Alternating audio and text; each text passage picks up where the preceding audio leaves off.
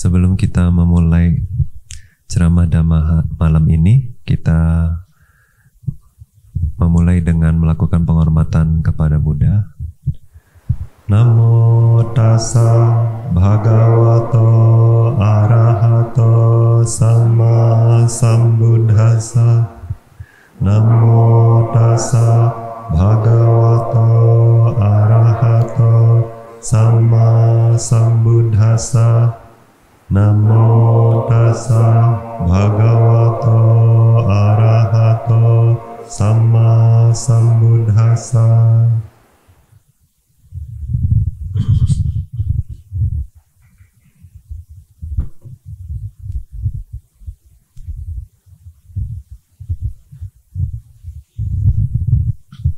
Hari ini tanggal 3 Januari 2023, hari Selasa, dari Pusat Meditasi Sata Aryadhana Saribu Dolok.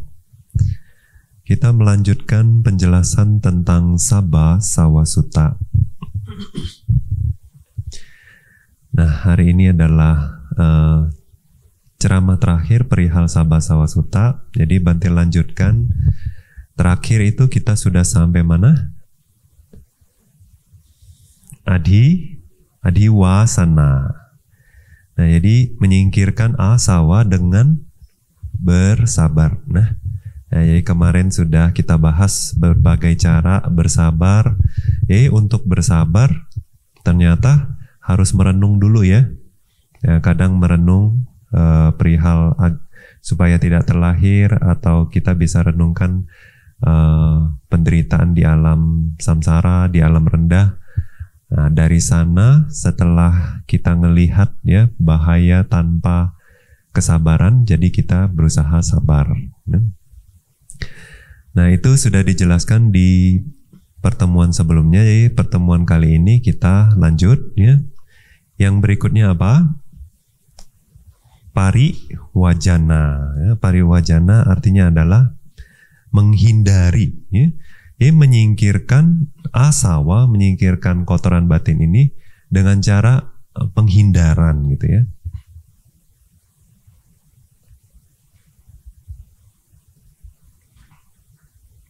Nah, menghindari apa ya?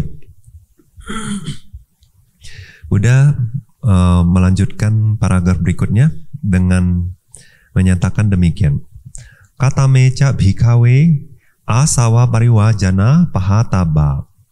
Idha bhikawe bhikkhu patisangkhayo niso candang hating pariwajeti. Candang asang pariwajeti. Candang gonang pariwajeti. Candang kukurang pariwajeti. Ahing kanung kanta kathanang sobhang papatang candanikang oligalang ya.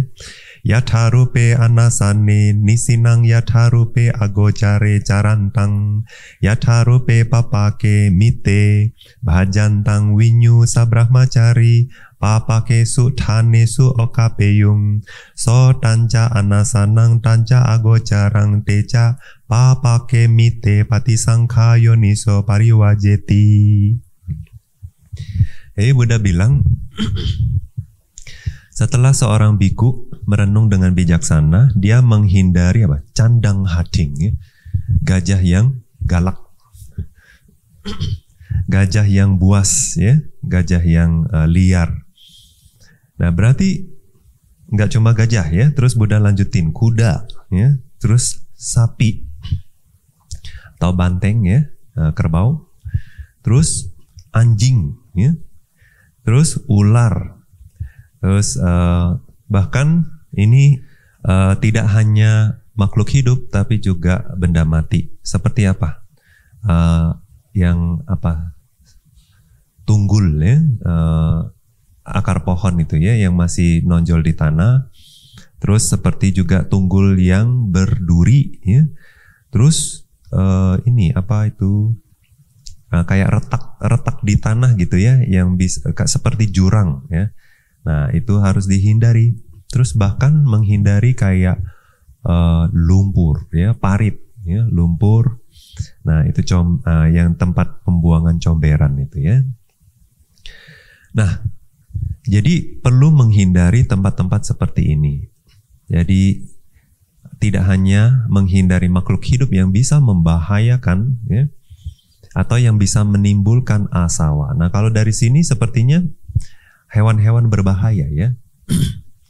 Jadi kalau di Indonesia mungkin jarang, ya, di hutan, tapi kadang ada hutan yang masih ada macan katanya, ya. Nah, cuma khususnya biku-biku seperti di Sri Lanka, ya, di Thailand, Bante masih dengar. Di Myanmar jarang, ya, ketemu biku, ketemu macan di hutan itu jarang kali kalau di Myanmar. Nah, tapi kayak musang ya masih ada, musang, rubah itu masih ada. Nah, kalau di Sri Lanka ketemunya gajah, ya, masih banyak. Gajah, ya, terus babi hutan.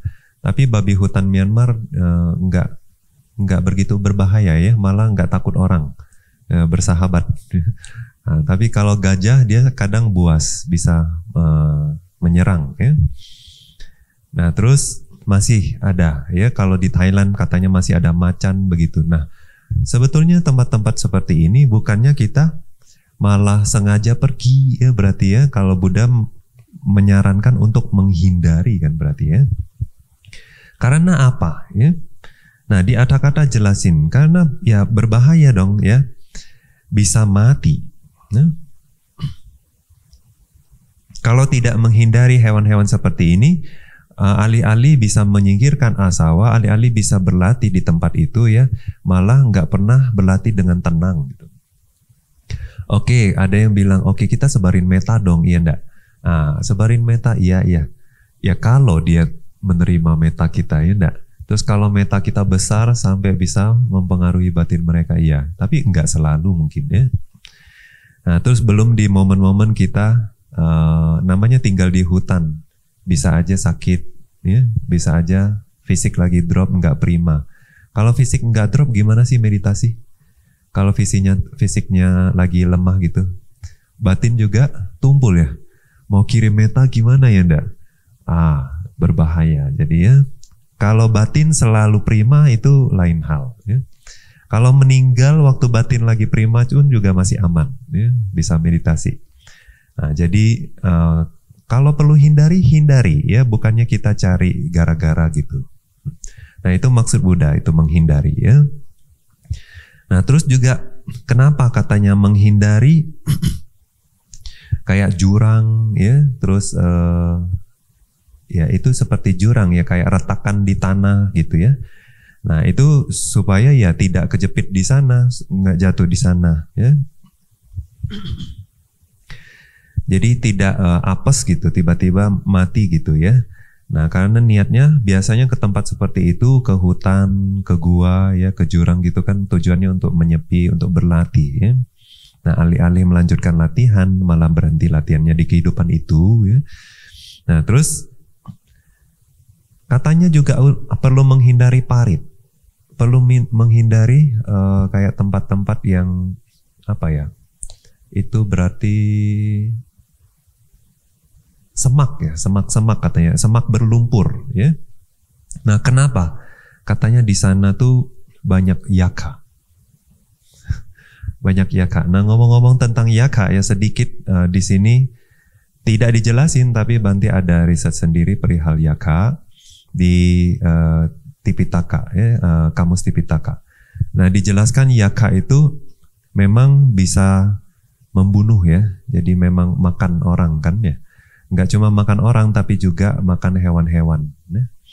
Nah, jadi katanya di tempat seperti itu biasanya kan hewan cari minum, ya, cari makan juga, cari ikan dan lain sebagainya. Nah, karena hewan-hewan yang makanan dari si yaka biasanya ke tempat seperti itu. Nah, jadi yaka juga katanya banyak suka mengunjungi tempat-tempat seperti itu. Nah, yaka juga, ya, yaka ada dua jenis sebetulnya, ya.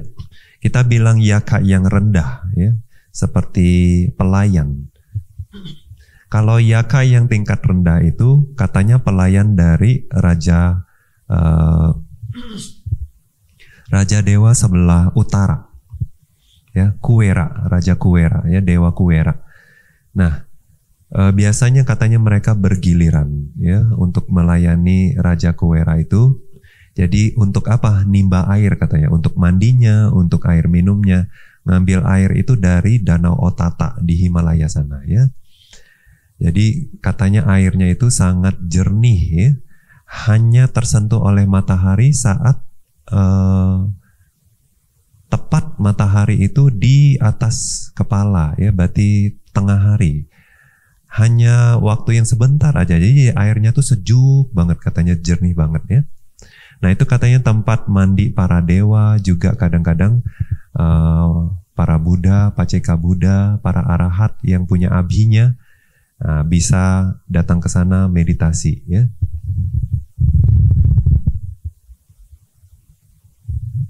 Nah jadi Danau Anotata ini kelihatannya itu hanya bisa dikunjungi dengan abhinya saja ya. Nah terus si yaka-yaka ini mereka kadang-kadang bisa mati kecapean juga katanya menimba air itu untuk Raja Kuwera. Nah itu sih bukan kepedulian kita ya. Kepedulian kita itu adalah yaka ini katanya bisa menyamar ya. Kadang-kadang dia bisa jadi gagak, jadi ular, nah dia bisa ya. Terus macam-macam, jadi anjing juga bisa. Nah dia menyamar. Terus juga waktu mereka meninggal katanya ya, tidak meninggalkan jasadnya sebagai yaka, tapi berubah jadi kayak ular, terus kayak jadi rusa gitu ya. Meninggal tuh seperti mayat rusa gitu, mayat ular. Nah jadi kadang-kadang ketemu mayat ular, mayat burung juga ya. Belum tentu burung ya, siapa tahu yaka. Nah, jadi itu yang perlu kadang-kadang diperhatikan ya, kalau meditasi di hutan, di gua gitu, ada gagak datang gitu, atau anjing datang ya, belum tentu anjing beneran ya. Nah itu.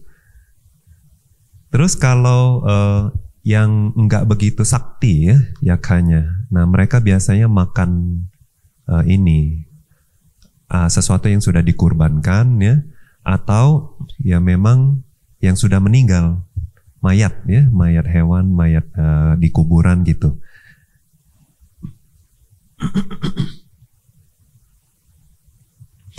Nah tapi kalau yang sakti itu dia bisa sampai membunuh ya, memang mencari kurban gitu. Dan juga kebanyakan yaka ini mereka itu tidak punya sadha ke ajaran Buddha ya. Ada beberapa ya yaka memiliki sadha ke ajaran Buddha. Nah juga katanya setiap 2 minggu sekali ada meeting ya. Ada meeting di alam dewa, meeting para yaka itu. Nah tapi itu juga tentunya bukan kepedulian kita mereka meetingin apa ya. Tapi kepedulian kita adalah di tempat-tempat seperti ini ya. Terus juga di misalnya pohon besar ya, seperti beringin gitu ya, pohon-pohon seperti itu. Nah kadang seorang yaka itu mereka jadi pemimpin di sana ya. Nah ada cerita di Jataka seperti kalau misalnya dia kayak dikasih otoritasnya ya, ada teritori. Jadi misalnya makhluk apapun yang berteduh di bawah ya pohon bayangan pohon itu ya, atau masuk ke dalam bayangan pohon itu hanya lewat kah atau mau berteduh kah ya. Nah itu diizinkan jadi mangsanya. Nah, kayak ada punya teritorinya jadi ya. Nah tapi kalau di luar itu nggak boleh. Maksudnya dia bukan berarti sembarang kejar-kejar orang gitu ya. Nah jadi ada batasannya ya. Jadi tergantung dia seberapa sakti, dia teritorinya juga semakin besar. Nah, itu sekilas tentang kenapa harus menghindari daerah-daerah yang seperti ini juga ya. Nah, tapi kalau secara prakteknya ya, Bante pernah juga diskusi sama biku-biku yang tinggal di hutan ya. Memang kalau sebaiknya menghindari, kalau mau meditasi di hutan ya, di gua gitu, menghindari daerah yang hewan itu mudah dapat makanan, khususnya di air. Nah, kebanyakan kan orang pikir supaya deket air kan, kalau mau buang air besar mudah, buang air kecil mudah kan, terus mau minum apa segala mudah. Tapi ternyata bukan begitu caranya ya.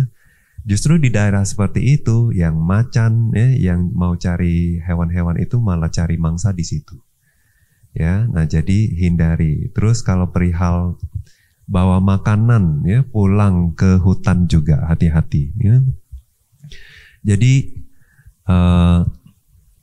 baiknya katanya pas pindah cara itu ya makannya di desa, terus patah sekalian udah cuci di sana ya, jangan bawa bau makanan masuk ke hutan itu ya, karena itu bisa mengundang. Juga kalaupun nggak bisa dihindari ya, ada sisa makanan, nah itu juga katanya lebih baik diikat di pohon ya, jangan taruh di dekat-dekat tempat tinggal gitu.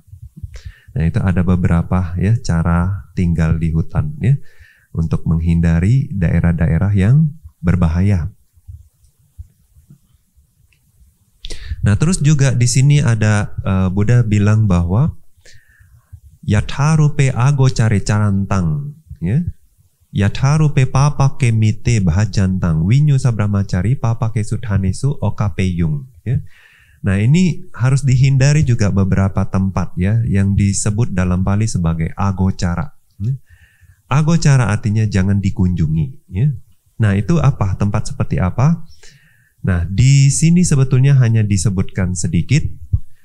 Dia di atas kata menjelaskan katamo agocaro idhe kaco wesia gocaro wa hoti widhawa gocaro wa hoti. Nah ini sebetulnya dikutip dari malah di Mahanidesa Sutta ya, di Khuddaka Nikaya. Nah di sana malah ada ya beberapa tempat yang harus dihindari. Wesia gocaro artinya tempat ini wanita penghibur. Ya. Nah tempat seperti itu tidak boleh dikunjungi. Terus kalau zaman sekarang berarti tidak cuma wanita penghibur ya, pria penghibur juga tidak boleh dikunjungi ya. Nah, artinya tempat hiburan lah ya, tempat orang mencari kesenangan indera. Nah terus widhawa ini widow ya, berarti perawan ya, perawan tua. Sorry bukan ya, janda ya janda. Nah, jadi janda berarti duda juga ya. Karena zaman sekarang kadang gender itu susah ya, dia suka cowok apa suka cewek juga kurang tahu. Jadi kadang-kadang kalau zaman dulu khawatirnya sama janda, tapi kalau zaman sekarang nggak cuma janda ya. Nah gitu. Terus ini maksudnya biku ya, biku yang khawatir ya. Jandanya nggak perlu khawatir, bikunya yang khawatir. Nah terus Thula Kumari ini ya perawan tua ya. Jadi artinya udah tua ya, udah dewasa tapi belum menikah. Terus pandaka itu ada 5 jenis pandaka, tapi di sini maksudnya ya semuanya ya. Hati-hati karena pandaka ini 3 jenis, dua jenis pandaka ya.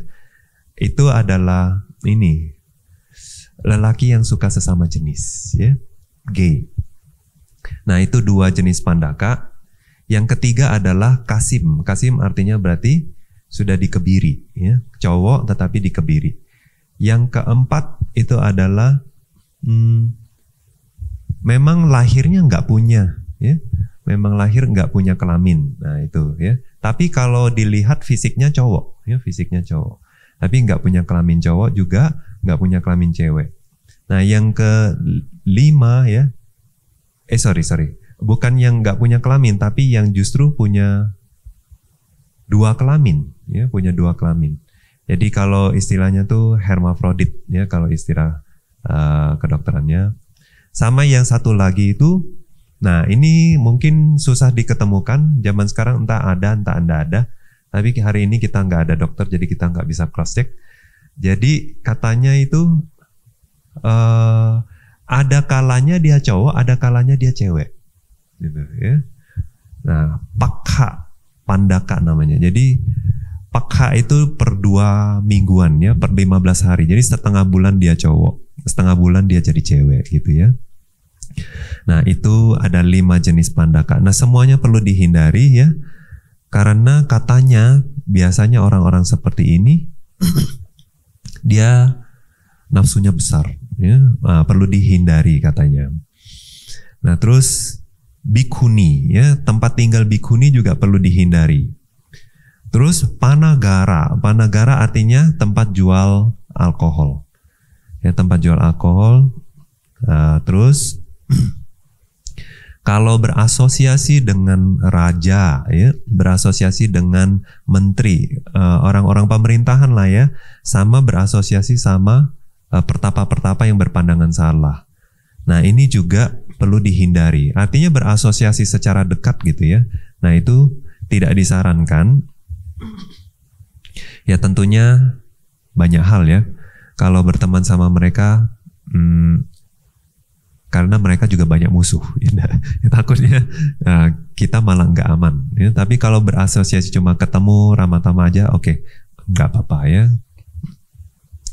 Terus kepada umat-umat yang nggak punya sada ya, karena bisa bahaya ya, bisa, kalau tergantung pandangannya, kalau agak ekstrim bisa membahayakan para pertapa ya. Nah jadi tempat-tempat seperti ini harus dihindari.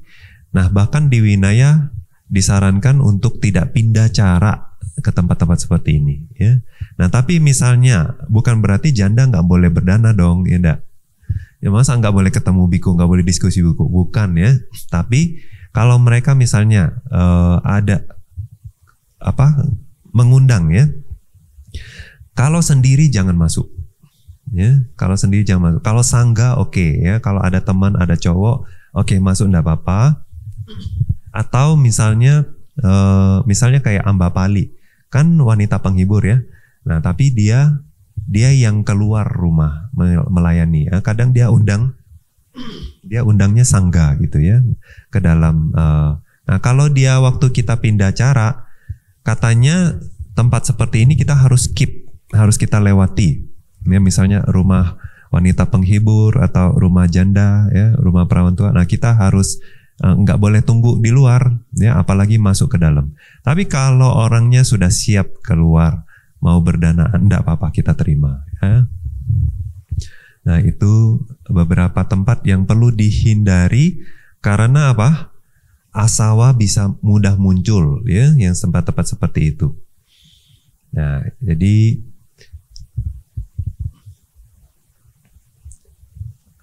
tentunya tempat-tempat yang seperti ini ya, atau bertemu dengan hewan-hewan yang berbahaya seperti itu, disebutnya apa? Hati-adi nidane na dukena putasa sukang patayato kamasawo upajati. Loh ya. Jadi muncul suka pada saat bersentuhan dengan penderitaan yang dihasilkan oleh hewan-hewan buas itu. Ini kayak ini ya, istilahnya apa tuh? Ada orang yang menikmati disiksa ya, yang seperti itu. Jadi dilukai malah dia menikmati.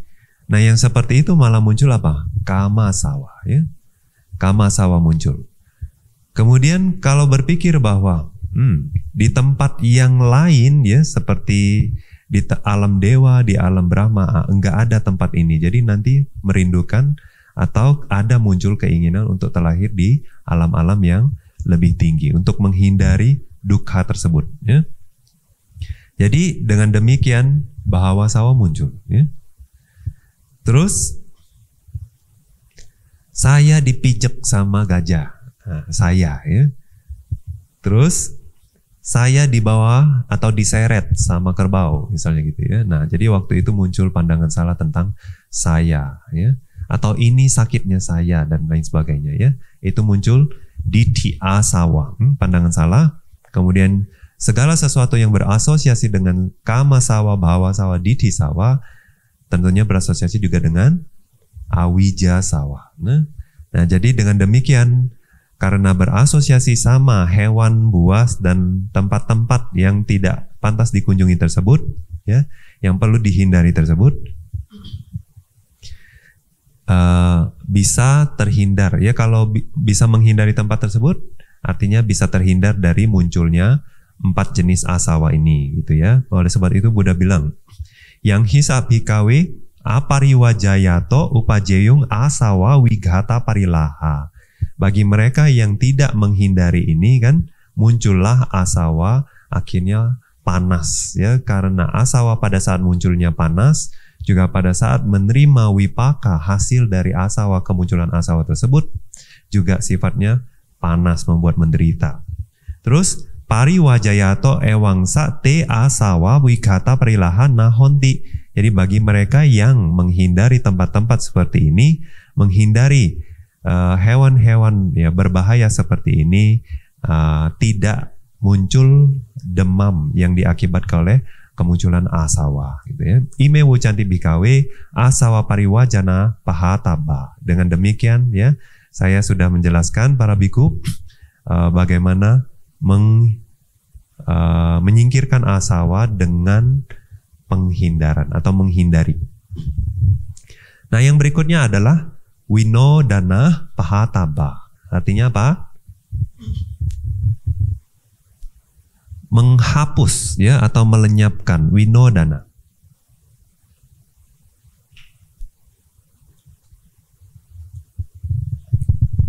Nah, Buddha bilang gimana? Kata meca bhikawe asawa winodana pahataba.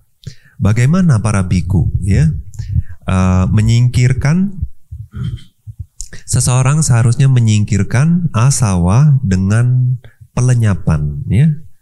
Idha bikawe biku patisangkayo niso upanang kama witakang nadi waseti pajahati winodeti bianti karoti anabhawang gameti upanang bia pada witakang upanang wihingsa witakang upane nupane ya, upanupane papake akusali dhame nadi waseti pajahati winodeti bianti karoti anabhawang gameti ya. Nah, itu dari Buddha. Nah, Buddha bilang biku ya, setelah merenungkan dengan bijaksana, kama witakang itu apa? Pikiran yang mengarah ke kesenangan indera ya. Nah, pikiran kesenangan indera yang muncul itu kita tidak mau ya, tidak senang dengan itu. Kita hapus, kita bikin supaya tidak muncul. Nah, itu ya. Nah, termasuk juga pikiran yang biapada, berarti benci, marah dan lain sebagainya, tidak suka ya. Wihingsa witaka artinya ingin menghancurkan, melukai, membuat orang menderita. Nah, pikiran yang merusak seperti ini, tidak hanya itu, upanupane papake akusala dhamme ya. Semua akusala dhamma yang bersifat jahat, merusak ya, evil ya, semua yang akan muncul atau yang sedang muncul. Nah, itu kita tidak sabar dengan itu, artinya kita tidak mau ya. Terus berusaha menghilangkan, berusaha menghancurkannya dan berusaha membuatnya tidak ada lagi, tidak muncul. Anabhawang gameti. Nah, bagaimana patisangkayonisonya? Bagaimana merenungkannya ya? Jadi pertama-tama harus merenungkan dulu apa yang direnungkan. Direnungkan bahwa ayang witako aku salo, pikiran seperti ini nih aku salah, tidak bajik ya. Ini juga sawajo ya, tercela. Dukkha wipako juga nanti hasilnya akan membawa penderitaan ya. Nah, kemudian setelah merenungkan bahwa ini akan membahayakan dirinya sendiri ya, dia harus berusaha melenyapkan pikiran-pikiran tersebut ya.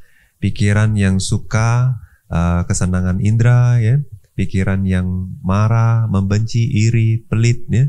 Kemudian pikiran juga yang ingin menghancurkan orang lain ya, berusaha menghilangkan apa yang sudah didapatkan orang lain ya, dan lain sebagainya, membuat orang celaka. Nah, yang seperti itu dan semua akusala dhamma, pikiran-pikiran yang tidak baik juga yang bisa membahayakan seseorang ya selama samsara, Nah, seperti apa? Kadang orang nggak berpikir bahwa berfantasi, berhalusinasi itu berbahaya. Betul enggak? Nah, oleh sebab itu banyak orang suka berhalusinasi, ya enggak? Nah, karena apa? Makanya Buddha bilang ya, Buddha ajarin ini enggak ke orang yang enggak paham yoniso manasikara sama ayoniso manasikara. Bukan Buddha enggak mengajarkan sabha sawasutta ini kepada orang yang bahkan tidak tahu yang mana kusala, yang mana aku salah. Ya. Nah, oleh sebab itu setelah mengetahui yang mana kusala, yang mana aku salah, yang mana yang yoniso, yang mana yang ayoniso, maka dia harus bilang, oh bahaya ini, pikiran ini ya, ini akan membuat menderita, ini juga membuat kama buruk ya, kemudian tercela pula pada saat dipikirkannya. Nah, karena merusak diri sendiri ini, dia berusaha mengeluarkan energi untuk menyingkirkan kama witaka tersebut. Nah, tentunya untuk pikiran-pikiran seperti ini, Buddha juga ajarkan, misalnya di Mekhya Sutta. Nah, di sana Buddha mengajarkan asubha bhawana bhawetaba, ya, raga sapahanaya. Jadi kalau untuk menyingkirkan pikiran yang muncul nafsu, ya, nafsu birahi, raga, ya, atau kemelekatan terhadap tubuh, ya, secara umum,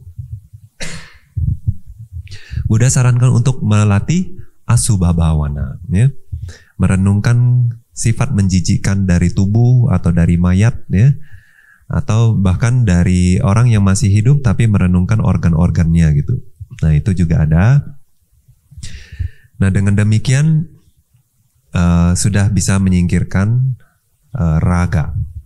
Sebetulnya ya, objeknya itu kan Bante sudah sering bilang bahwa objeknya itu sebetulnya netral.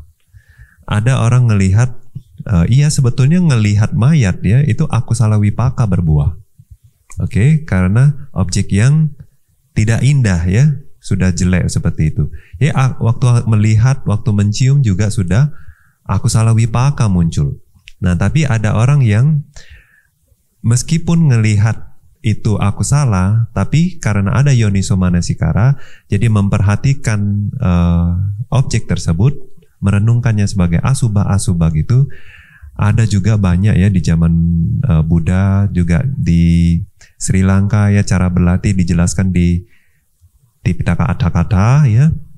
Mereka mencapai anagami. Ada yang mencapai asubha. Ya. Nah, jadi tergantung bagaimana kita memberikan perhatiannya. Ada orang malah melihat itu takut, ya. Melihat itu muak, jijik gitu ya. Nah, jadi ada penolakan yang besar akhirnya sampai muntah dan lain sebagainya. Nah, itu karena apa? Ayoniso manasikara. Jadi kadang ya objeknya sendiri secara nature-nya, secara alaminya itu sebetulnya sesuatu yang menjijikkan. Udah semua orang nggak mau lihat. Tapi kadang ya di mata orang-orang bijaksana itu adalah sesuatu yang sangat berharga. Ya. Nah, kemarin Ibu Meta ada itu Pawarana katanya kalau mau lihat mayat boleh, dia nanti atur waktu. Nah, ini Bante tertarik mau ke itu ya, katanya nanti menyaksikan pembedahan katanya ya. Karena dia juga dosen ya di UI katanya. Dan hampir seminggu ada 2 kali pembedahan ya. Nah, nanti kita kalau pas ke Jakarta kita bisa minta tolong dia atur waktu ya. Nah, terus itu lihat asubha. Nah, seperti di Thailand ya. Nah, wihara-wihara itu katanya ada ini hubungannya dekat dengan kepolisian, dengan kedokteran. Jadi kalau ada misalnya kriminal gitu ya, nah mereka bisa tiba-tiba telepon ke wihara, mau datang nggak Bante lihat? Nah, kebetulan ada misalnya pembedahan gitu. Jadi di sana banyak sekali kita bisa menemukan objek asubha. Perlu ya, karena di Thailand sensual pleasures-nya tinggi. Kesenangan indranya luar biasa di sana. Terus, nah jadi itu perihal asubha, bagaimana menghindari ya asubha. Sebetulnya ya, kenapa waktu raga muncul itu dia cepat sekali ya, dan seringkali orang itu lupa diri. Ya. Nanti udah kecolongan, udah pelanggaran baru sadar gitu. Nah karena itu ya, sebetulnya ini adalah tugas si Witaka itu ya, karena peran Witaka. Witaka itu adalah aplikasi pikiran. Sesungguhnya dijelaskan dalam meditasi atau bahkan di kehidupan sehari-hari ya. Witaka itu sifatnya memperjelas objek. Jadi semakin di batin memberi witaka ke objek ya, nah objek itu akan semakin jelas. Kalau witakanya cuma sedikit, sebentar dalam arti ya, objeknya nggak akan jelas, blur. Nah, ini terjadi waktu misalnya saat meditasi. Kalau satinya udah kuat ya, dia kayak sembari perhatiin nafas atau sembari perhatiin nimitta, tapi kayak ada pikiran tapi nggak jelas objeknya apa gitu ya. Nah itu ada witaka sedikit ya, tapi belum banyak gitu, pendek-pendek gitu ya. Nah atau kadang memang sudah ada pikiran tapi dia langsung ngerem dan balik lagi ke objek meditasi. Nah waktu itu juga objeknya apa ditanya nggak tahu apa, nggak sempat lihat ya. Nah kayak gitu pun bisa juga terjadi. Nah jadi kita ngerti si sifat dari witaka itu adalah memperjelas. Jadi kalau di dalam batin itu ya, pikiran udah 5 menit, 10 menit, 15 menit ya, objeknya jadi jelas banget. Bahkan sudah jadi sebuah cerita, betul? Nah ya, kalau misalnya ya asubha bhawana ini dikembangkan, bagi mereka ya, kenapa muncul raga? Karena persepsi akan subha. Ya, termasuk bagi mereka yang misalnya setelah sotapana atau setelah sakadagami ya, setelah anagami, kalau mau melepas namanya bahawa raga ya, nanti ada penjelasan di bagian berikutnya itu 10 sangyojana. 10 kemelekatan. Yang mana kalau oleh arahat 10 ini kan sudah disingkirkan ya. Nah, untuk anagami mereka belum bisa menyingkirkan namanya bahawa raga. Artinya mereka masih ingin terlahir sebagai Brahma. Rupa atau arupa Brahma. Nah, itu pun juga ya disebabkan karena apa? Asubhasanya wipalasa ini. Jadi wipalasa itu adalah bias. Ngelihat sesuatu tuh dengan bias. Sesuatu yang tidak indah kita anggap indah. Tidak indah karena apa? Karena anicca, dukkha, anatta, asubha sebetulnya ya. Nah, indah karena apa? Indah karena kita ngelihat cuma secara superficial aja. Atau cuma dengar aja. Bahwa oh alam Brahma itu indah, alam dewa itu indah, alam manusia itu indah ya. Nah, atau misalnya karena punya jana jadi rasanya nikmat waktu masuk jana ya, damai, hening, jadinya kayak ada kemelekatan menganggap ini juga sebagai indah. Itu juga asubhasanya. Nah, kalau mau sampai ke arahat ya, itu bahkan asubhasanya ini harus semua dihilangkan. Ya, jadi benar-benar kemelekatan tidak hanya sesuatu yang gross ya, terhadap objek indera saja harus direnungkan sebagai asubha, tapi semua bahkan pikiran kusala, pikiran akusala, bahkan pikiran jana ya, jana dhamma itu juga harus direnungkan sebagai asubha gitu ya. Nah, jadi kenapa asubha? Karena dia anicca, dukkha, anatta, maka dia asubha. Misalnya cakupasada ya, dijelaskan bahwa itu sesuatu yang bening, translucent, bagus gitu ya, cemerlang. Bagaimana merenungkan sebagai asubha? Kadang umat bertanya, meditator bertanya, bagaimana merenungkan cakupasada sebagai asubha, orang warnanya aja bagus. Ya. Nah, jadi bukan penampakannya ya yang direnungkan sebagai asubha, tapi nature-nya ya, cacat. Karena mereka punya cacat anicca, dukkha, anatta itu, makamnya mereka asubha. Nah, itu kita harus renungin ya, bagi mereka khususnya untuk pencapaian yang lebih tinggi gitu ya. Nah, terus itu perihal asubha. Nah, batin itu karena ngelihat ya, subha, ngelihat sesuatu itu sebagai indah, makanya muncul raga, ingin, terus nafsu muncul, ya enggak? Nah, terus kalau udah semakin kuat dari berusaha memiliki, tangan mulai megang dan lain sebagainya. Nah itu ya. Nah itu, tapi kalau kita sekali langsung diputar objeknya untuk melihat asubhanya ya, maka biasanya nafsu itu langsung secara signifikan bisa tertekan, keredam ya. Nah, itu untuk samatha bhavana ya. Nah jadi disarankan berlatih asubha untuk mereka yang punya kama witaka seperti ini ya, raga carita bisa ya, asubha bhavana. Nah terus Buddha juga menjelaskan apa? Anapanasati bhawitaba witakupaceda katanya. Nah ya, benar atau enggak ya? Buddha bilang bahwa kalau mau nggak mau ada pikiran, latihlah anapanasati. Nah, beneran nggak ada orang melatih anapanasati malah banyak pikiran, Bante, dia bilang gitu ya. Bukan sebetulnya ya. Ya biasanya caranya salah, jadi malah banyak pikiran. Biasanya apa? Terlalu mau fokus dengan kuat, malah pikirannya itu gelisah, tegang di mana-mana, nggak, akhirnya kusut di ketegangan itu, nggak bisa lepas ya. Nah terus semakin mau fokus malah semakin banyak pikiran. Kenapa? Karena stres pikirannya itu, ditekan, harus lihat ini, harus fokus. Nah, jadi dibilang harus fokus gitu malah lari dia ya, nggak nyaman dia di sana. Nah, tapi daripada begitu mendingan renungin manfaat dari merenungkan, mengamati nafas ya. Terus nikmati aja tuh, makin lama makin halus.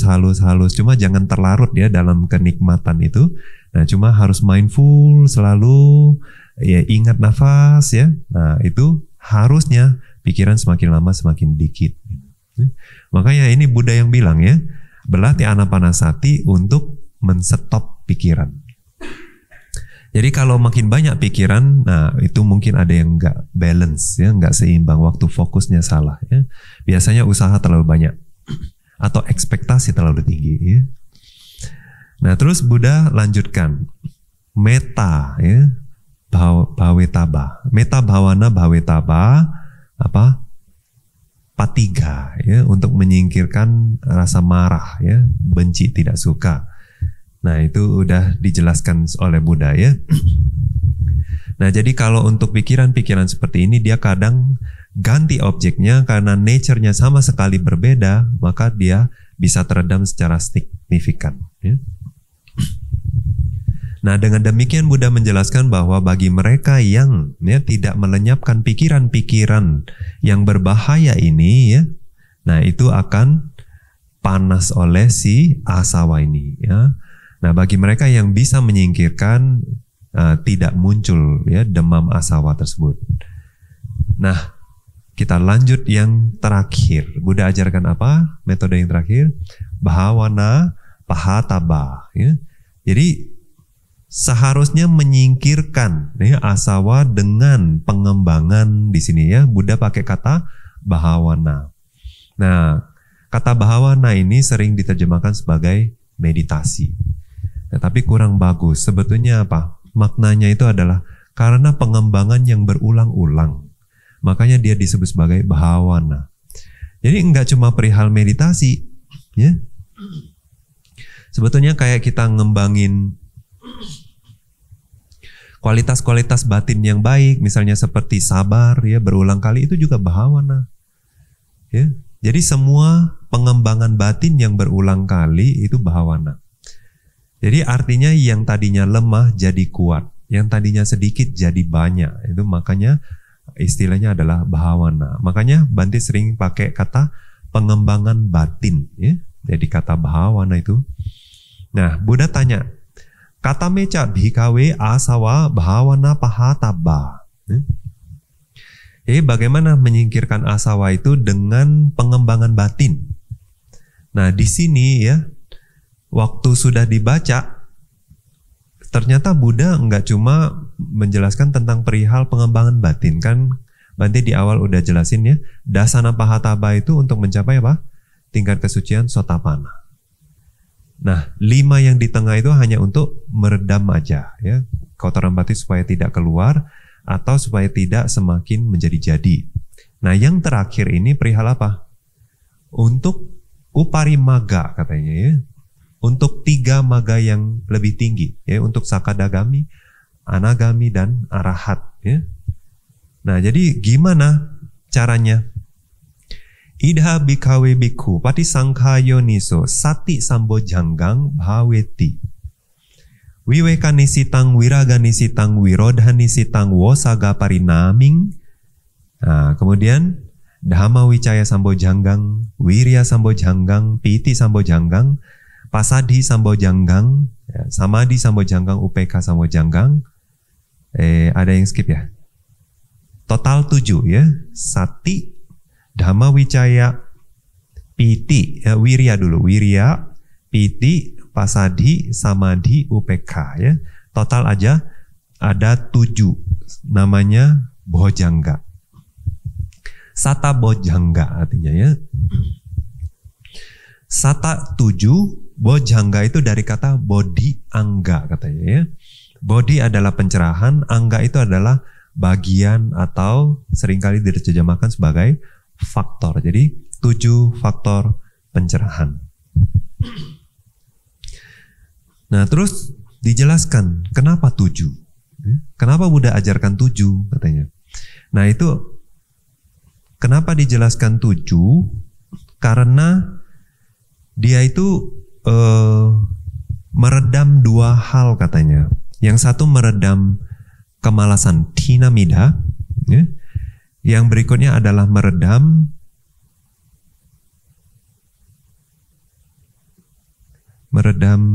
udaca, ya. Kegelisahan. Coba kita ke kata-kata.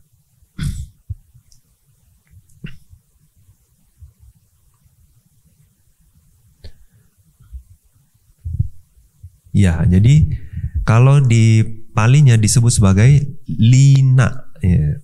Untung lina udah nggak ada ya. Linu daca patithana yuhana kama sukat atakila matanu yoga uceda sasada abhini wesa dinang aneka anekesang upadawanang patipakha bhutaya. Ya. Jadi patipakha itu artinya oposisi ya. Berlawanan dengan apa? Linu udaca ya. Lina. Jadi kata lina berarti artinya adalah malas. Nah, makanya kalau lina itu malah semangat, malah berusaha ya, seperti wirya gitu, mengeluarkan usaha. Jadi jangan mau dipanggil lina tapi lina panggilnya ya. Nah, terus udaca. Udaca itu adalah kegelisahan. Nah, karena berlawanan langsung dengan kedua hal ini ya. Nah, gimana berlawanan dengan kedua hal ini? Oke. Tadi kita belum terjemahin ya. Sati itu biasa perhatian penuh ya. Terus dhamma wicaya artinya adalah investigasi dhamma ya. Nah, itu kemampuan untuk menginvestigasi dhamma itu katanya. Nah, terus dhamma wicaya. Yang ketiga, wirya. Wirya itu usaha atau energi gitu ya. Nah, nanti kita bahas satu-satu supaya lebih ngerti apa 7 bojangga ini.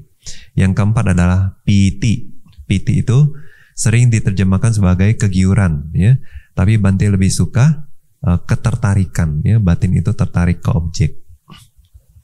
Karena di awal piti ini mungkin enggak seperti tergiur ya. Kalau udah besar dia rasanya seperti kegiuran sampai bisa merinding gitu. Tapi waktu di awal dia hanya ketertarikan terhadap objek aja ya. Senang lihat objek itu, tertarik. Piti ya. Kemudian pasadi. Pasadi itu adalah ketenangan, kesejukan ya. Ketenangan batin, kesejukan. Terus yang keenam samadhi. Samadhi adalah kemanunggalan batin ya, atau konsentrasi, sering diterjemahkan. Yang ketujuh adalah UPK, yaitu batin yang seimbang atau netral, tenang seimbang gitu ya. Nah, tapi ketenangan takutnya nanti kecampur sama pasadi ya. Jadi Bante terjemahkan sebagai batin yang seimbang atau netral. Nah, kalau kita lihat 7 ini ya, selain sati, yang 6 lainnya itu mereka kayak ada 2 kubu.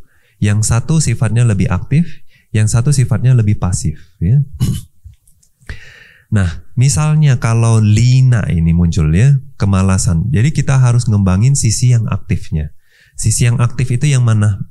Yang piti, ketertarikan, ya. Terus wirya, ya, usaha atau energi. Yang ketiga dhamma wicaya, penyelidikan. Ya. Nah itu kalau batinnya itu kayak ke objek yang makin lama makin blur gitu ya, blur, terus tumpul dan kayak malas gitu. Nah waktu itu harus kembangin 3 bojangga ini. Nah kalau misalnya udhaca yang dominan, ya udhaca itu berarti kegelisahan. Kalau kegelisahan yang dominan kita harus kembangin pasadi, ya ketenangan batin, ya kesejukan batin, samadhi, ya konsentrasi, dan upekha netral. Kadang ya Bante sering kasih tahu di retret bahwa waktu fokus ke objek jangan terlalu terlena. Meskipun rasanya itu nikmat, ya jangan ikuti, ya karena batinnya jadi mendua. Fokus ke objek juga tapi menikmati rasanya juga. Jadi itu ganggu konsentrasi, ya. Terbukti kalau orang itu sudah latih misalnya dari jana 1, jana 2, jana 3, jana 4 ya. Nah waktu mereka sudah latih jana 4, mereka akan paham betul bahwa perasaan pun juga mengganggu konsentrasi, ya. Nah jadi waktu naik dari jana 2 ke jana 3 pun juga mereka bilang signifikan perubahannya karena piti itu sifatnya kayak heboh gitu, aktif ya. Sedangkan si sukha dia lebih seperti pasadi ini ya, lebih tenang, damai gitu. Nah, meskipun belum ke jana 4 yang netral ya, tapi fluktuatif batin itu udah jauh lebih tenang gitu di jana 3. Nah, tapi ketenangan ini juga kayak masih ada rasa waktu fokus ke objek gitu. Nah, jadi ketenangan ini juga kayak masih mengganggu waktu fokus ke objek. Nah, lebih baik lagi jana 4 yaitu nggak ada perasaan sama sekali. Bener-bener batinnya cuma tahu objek. Nah, waktu itu ya. Nah, jadi di sini kenapa ya dijelaskan, Buddha menjelaskan 7 ini karena oposisi ya, berlawanan dengan lina dan udhaca katanya gitu. Sama juga seperti oposisi seperti kama sukhalika nuyogo sama atakilamata nuyogo kayak gitu ya. Terlalu menikmati objek ya, menikmati kesenangan indera atau terlalu menyiksa diri juga ya. Nah itu. Dan atau uceda diti ya, uceda diti sasata diti. Jadi misalnya pandangan salah akan kelenyapan ya sama yang selalu ya. Nah ini cuma nggak dijelasin di kata-kata ini kenapa, apa hubungannya sama uceda diti sasata diti ya. Tapi dijelaskan yang paling jelas itu di lina sama udhaca ini ya. Jadi 3 faktor itu untuk meredam kemalasan, 3 faktor untuk meredam kegelisahan batin ya. Nah sekarang kita masuk ke sati. Itu apa sih? Kenapa dia disebut sati? Katanya karena sarana thena sati ya. Sarana itu mengingat ya. Seperti kemampuan mengingat katanya sati ya. Makanya kayak Bante Ananda etadaganya apa? Sati mantanang ya. Yadidang anando ya. Jadi waktu kita baca di Anguttara Nikaya ya, Bante Ananda itu paling banyak dapat gelar, 5 gelar dapat ya dari Sang Buddha. Salah satunya apa? Sati mantanang, artinya memiliki sati, memiliki ingatan ya. Siapa yang ingatannya lebih kuat dari Bante Ananda ya, menghafal seluruh Tipitaka ya, luar biasa. Padahal waktu itu masih Sotapanna saja ya. Nah tapi katanya ada perdebatan itu, ada perdebatan atau guyon gitu ya, bilang kalau Bante Ananda dari awal sudah arahat, mungkin dia nggak berusaha menghafal Tipitaka ya. Nah, karena nggak ada kemelekatan lagi dia ya. Nah itu bisa jadi ya, bisa juga nggak ya, tergantung aspirasinya. Kadang misalnya kayak Bante Dabamalaputa ya, beliau sudah jadi arahat dari umur 7 tahun. Tapi karena aspirasinya gitu ya, dia mau melayani sangga gitu. Jadi dia juga belakangan dapat gelar sebagai yang paling ahli perihal membagi tempat tinggal ke sangga gitu ya. Nah jadi waktu sudah jadi arahat baru dia mendapat gelar itu kan ya. Nah jadi bukan berarti arahat udah nggak mau melakukan semuanya gitu ya, tapi tergantung aspirasinya mereka masih berusaha.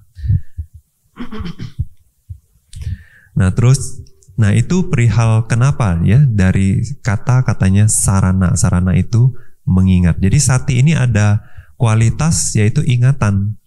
Nah Bante perhatiin memang juga ya, kadang kalau kita research gitu ya, meditator yang berhasil punya konsentrasi ya ingatannya kuat. Bener enggak, kalian buktikan sendiri ya. Ingatannya bagus. Terus upadhana lakhana ya. Upadhana itu seperti support ya, cirinya itu. Bukan. Upadhana di sini bukan support, tapi dia dari kata upa dan dhana. Dhana itu tempat ya, atau establish ya. Establish berarti apa? Berdiam, berdiri gitu ya. Atau hadir, eksis gitu. Kemudian upa itu artinya dekat. Maksudnya apa? Cirinya itu sati ini selalu dekat, hadir di objek. Ya. Artinya dia tidak meninggalkan objek. Ya. Makanya sering diterjemahkan sebagai perhatian penuh. Ya. Sifatnya begitu. Dia tidak meninggalkan objek, selalu ingat objek gitu ya. Nah kemudian ada lagi fungsinya apilapana. Apilapana artinya enggak melambung, enggak ngambang gitu ya. Enggak ngambang. Jadi sifatnya itu dia benar-benar tahu objek, bukan asal tahu saja ya, bukan dengan batin yang tumpul, blur gitu, kayak tahu kayak enggak tahu. Nah, itu berarti satinya kurang. Nah, sati itu artinya tahu objek. Tapi bukan berarti kadang beberapa orang menerjemahkan sebagai anchor. Anchor itu artinya seperti apa ya? Jangkar ya. Nah, jangkar. Kalau kapal itu jangkar tuh berat banget loh. Kalau sekali taruh ya pasti dia tenggelam. Nah, dia itu bukan neken objek gitu ya. Sorry sampai ketutup. Dia bukan neken objek begitu ya. Jadi kadang orang salah paham. Jadi fokusnya tuh kuat gitu, kayak mau tusuk objek. Itu. Nah, yang seperti itu usaha berlebihan. Ya. Nah, jadi dia tuh asal tahu objek aja. Dia bukan asal tahu ya, tahu objek, nggak meninggalkan objek, selalu hadir di situ ya, dekat sama objek gitu. Nah, katanya seperti ini, Bandagariko itu berarti bendahara ya. Nah, seperti bendahara raja katanya. Dia itu kayaknya Bante kurang tahu kalau bendahara zaman sekarang itu gimana. Tapi kalau zaman dulu mereka itu ingatannya bagus. Artinya raja punya emas berapa dia ingat. Ya. Punya perak berapa dia ingat. Ya. Barang-barang harta semua raja itu dia ingat. Jadi kalau raja tanya, saya punya emas berapa? Dia langsung segitu ya. Langsung ingat. Nah, nggak tahu kalau bendahara zaman sekarang ya. Mungkin semua udah ada di iCloud, jadi nggak ngomong lagi dia. Nanti cek dulu ya raja ya, dia bilang gitu. Nah, jadi bagi mereka yang punya sati ya, mereka tahu jelas ini ku salah, ini aku salah. Ini tercela, ini tidak tercela gitu ya. Nah, ini inferior, ini superior. Nah, ini hitam, ini putih. Artinya apa? Mereka bisa benar-benar membedakan dan ingat gitu ya sifatnya. Maka kadang-kadang kalau kalian perhatiin waktu meditasi, Bante sering bilang bahwa dua hal perlu dikembangkan ya. Nah, khususnya untuk pemula, dua hal perlu kembangkan. Sebetulnya kalau bilang hanya untuk pemula juga itu salah.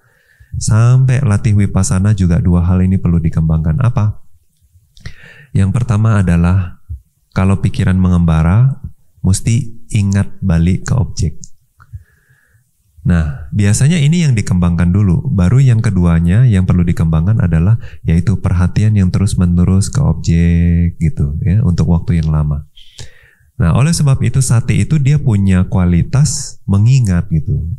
Mengingat apa yang seharusnya dia lakukan, apa yang seharusnya dia perhatikan ya.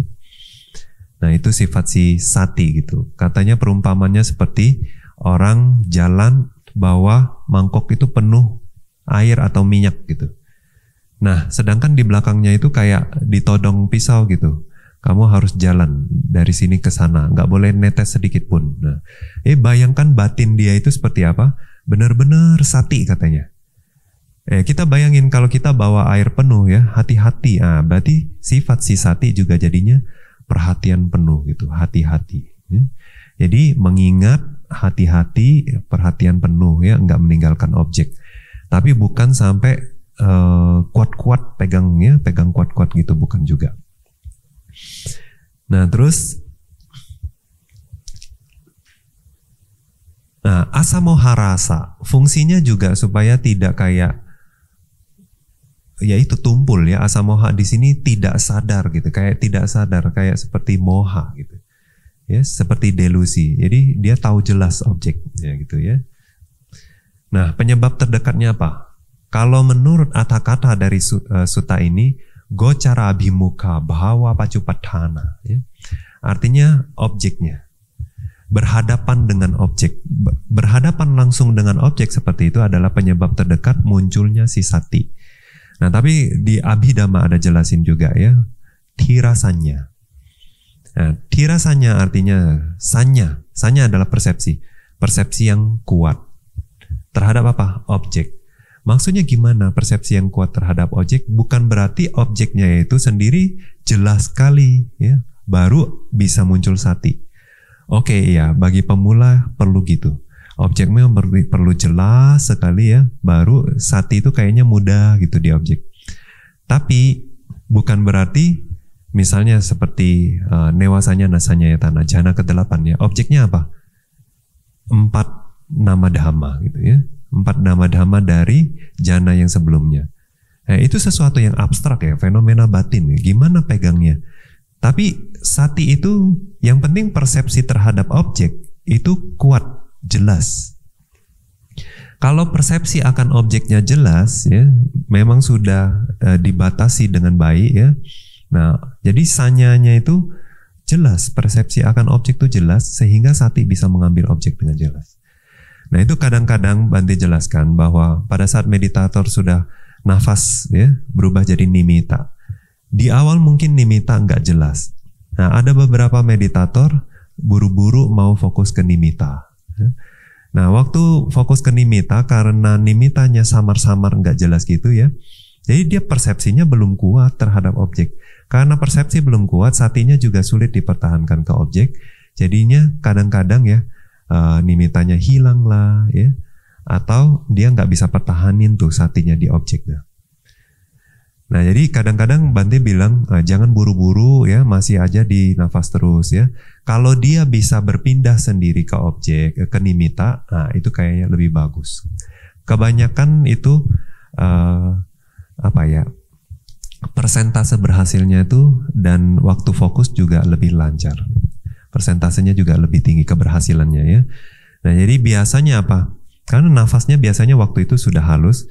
Kalau dia nafasnya semakin lama semakin halus ya, berarti objeknya semakin abstrak ya. Nah, tapi si nimitta ini biasanya kalau konsentrasi udah semakin bagus, dia semakin terang.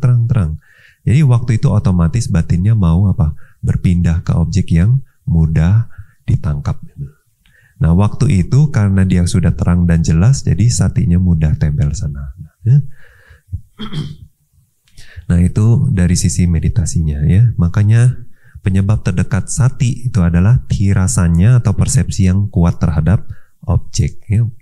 Nah, itu si sati. Kemudian Dhamma Wicaya. Dhamma Wicaya itu kenapa dia disebut Dhamma Wicaya? Karena dia Wicaya Lakhano ya. Palingnya Catussaca Dhamme Wicinatiti Dhamma Wicayo katanya gitu ya. Karena dia bisa menginvestigasi, menyelidiki Catussaca ya, 4 kebenaran. 4 kebenaran mulia, dia bisa menyelidiki 4 kebenaran mulia, makanya Dhamma Wicaya kan ya.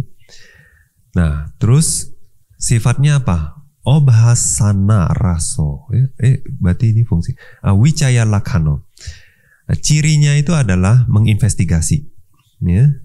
Cirinya adalah menginvestigasi khususnya perihal 4 kebenaran mulia. Nah, kalau kita bilang 4 kebenaran mulia ya, itu semua termasuk semua paramata dhamma di sana ya. Ya mau rupa, mau nama ya, dia bisa investigasi itu ya, menyelidiki. Nah, itu si ciri Dhamma Wicaya ini. Terus rasa ya, fungsinya. Ciri fungsi ya, fungsinya. Fungsinya adalah untuk menyingkirkan ya kegelapan dari moha. Jadi obhasana raso. Obhasana itu berarti menerangi dia ya sifatnya. Jadi karena dia bisa karena penyelidikannya itu dia bisa menyingkirkan yang namanya si moha ini yang biasa itu kayak menutupi dhamma itu ya. Nah, itu menutupi kebenaran. Jadi fungsinya adalah menerangi ya. Jadi jelas, membuat jelas gitu. Kemudian penyebab terdekat manifestasinya ya, pacupadhana. Pacupadhana ya, pacupadhana. Penyebab manifestasinya adalah tidak bingung. Jadi dia seperti panya, ya, seperti menembus gitu, menembus ke objek, ya, tidak bingung tapi tertancap bagus gitu. Nah, ini adalah si Dhamma Wicaya.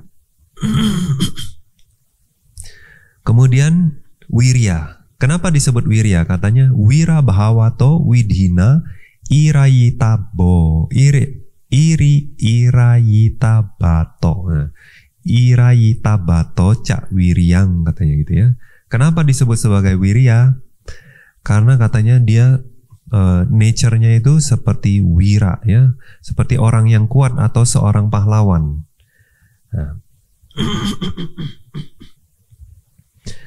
Nah, kemudian irayitabato itu apa artinya ya? Dia bisa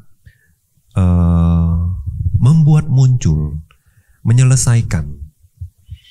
Nah, makanya di Abhidhamma dijelaskan juga dia itu seperti penopang ya. Misalnya dinding mau jatuh ya. Nah, dia itu menopang itu supaya nggak jatuh. Nah, sifatnya gitu. Nah, Bante mungkin suka kasih perumpamaan mungkin lebih mudah dipahami, kayak misalnya kita ada panggung nih ya. Kalau panggung ini kokoh ya, maka orang di atas panggung bisa melaksanakan tugasnya masing-masing dengan baik ya, bisa kerja dengan baik.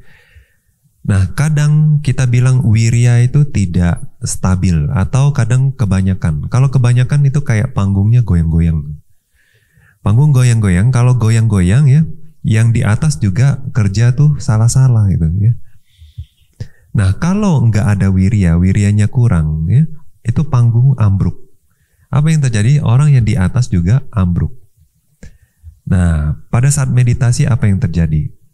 Misalnya, kalau misal wiryanya seimbang ya, kokoh, cukup artinya kita bilang ya, itu semua cetasika di batin itu ya, witaka, sati, panya dan lain sebagainya, semua itu bisa melakukan kegiatannya masing-masing, fungsinya masing-masing ke objek.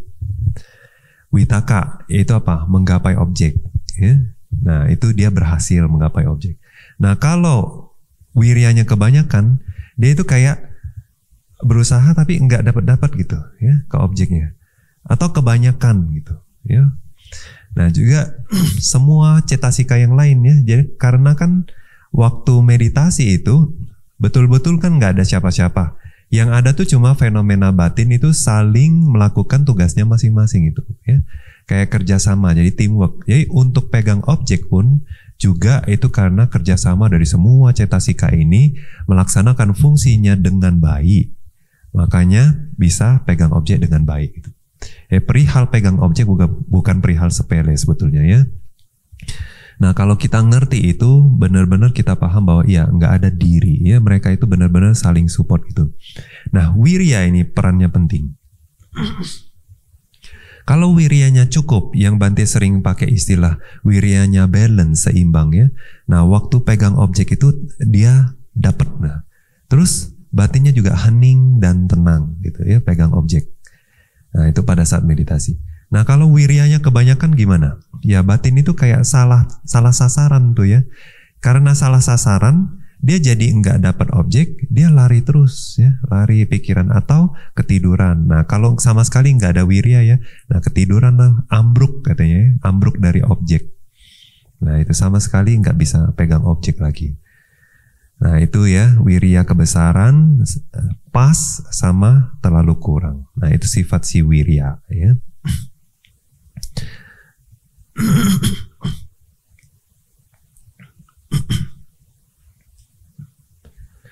Terus piti. Nah, piti itu gimana? Pinayatiti, piti. Nah itu secara Pali dijelaskan. Pinayatiti itu apa? Dia bisa kayak memenuhi batin.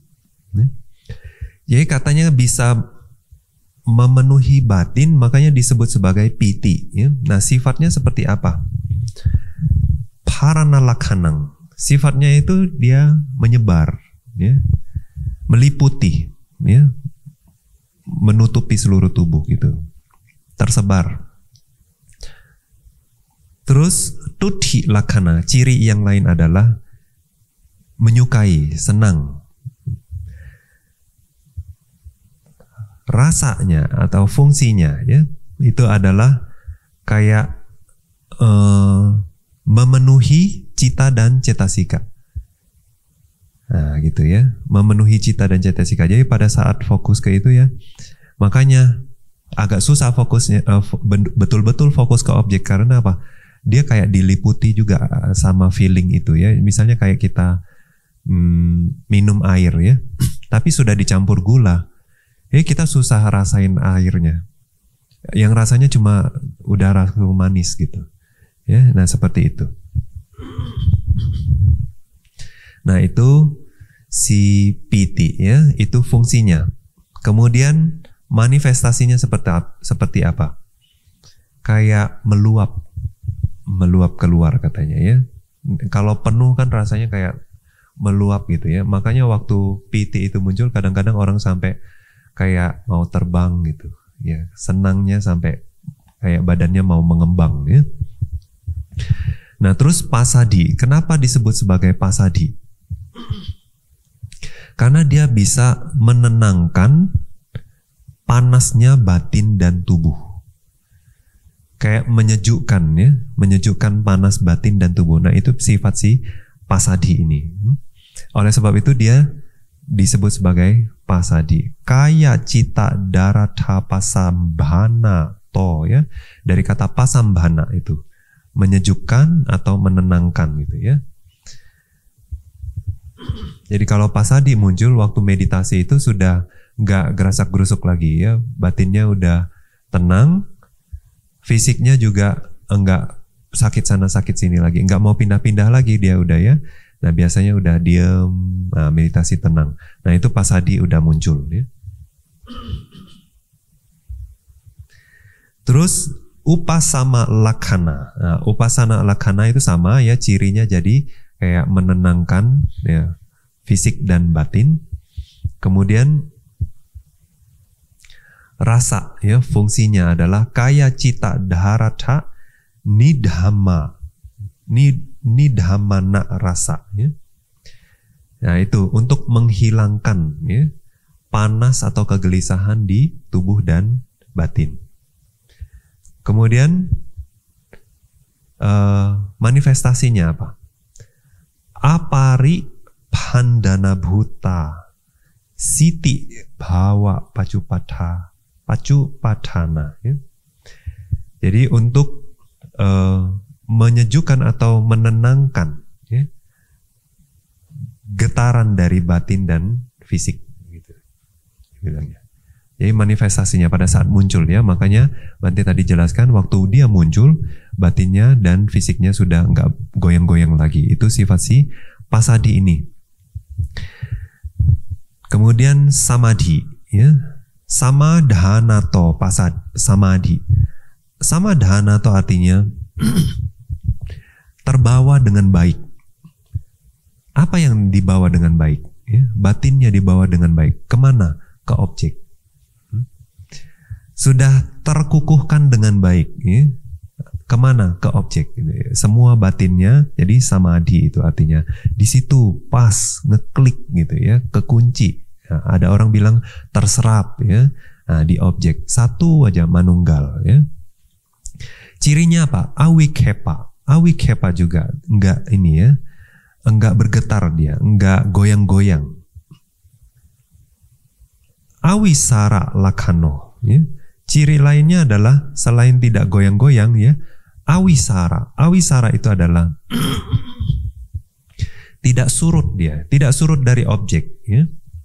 Tidak surut dari objek, batinnya tidak surut. Semua batin itu dalam kondisi prima dan bisa sampai ke objek dengan baik. Nah, itu namanya awisara ya, lakana.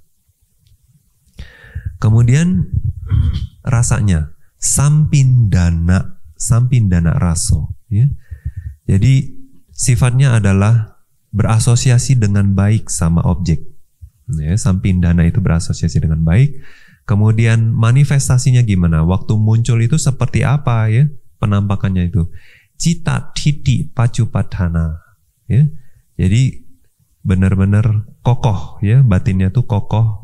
Jadi waktu si samadhi ini muncul, manifestasinya itu batinnya tuh kokoh gitu di sana ya. Tentunya ini yang paling jelas waktu di momen jana 4 gitu ya. Di momen jana 4 batin itu benar-benar kokoh.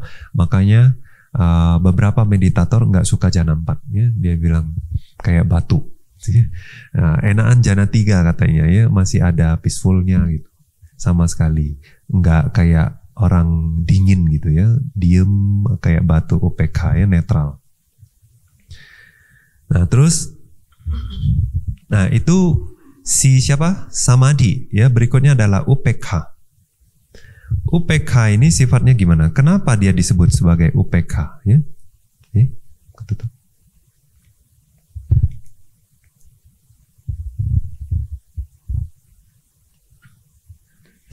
Aju ya.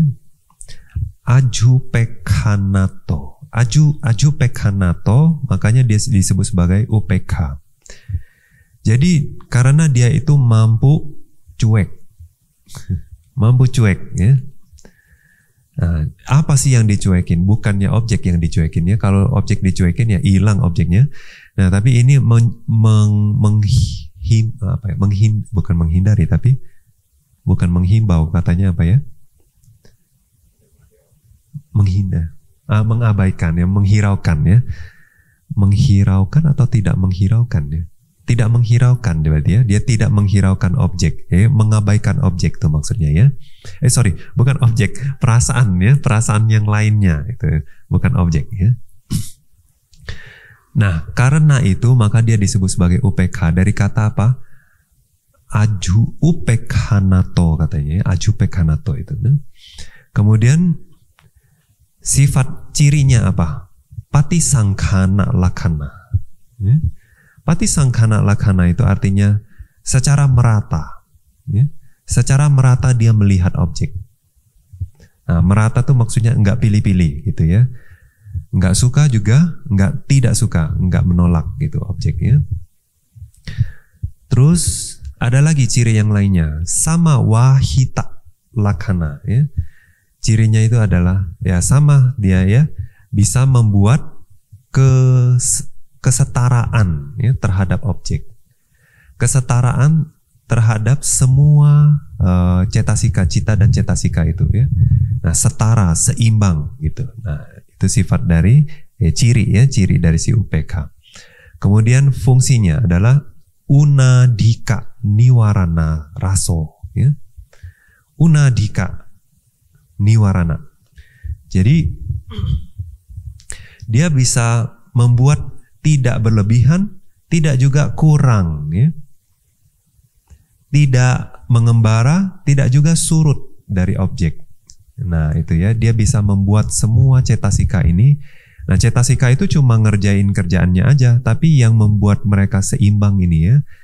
Jadi mungkin perumpamannya kayak ini nih, orang yang main itu apa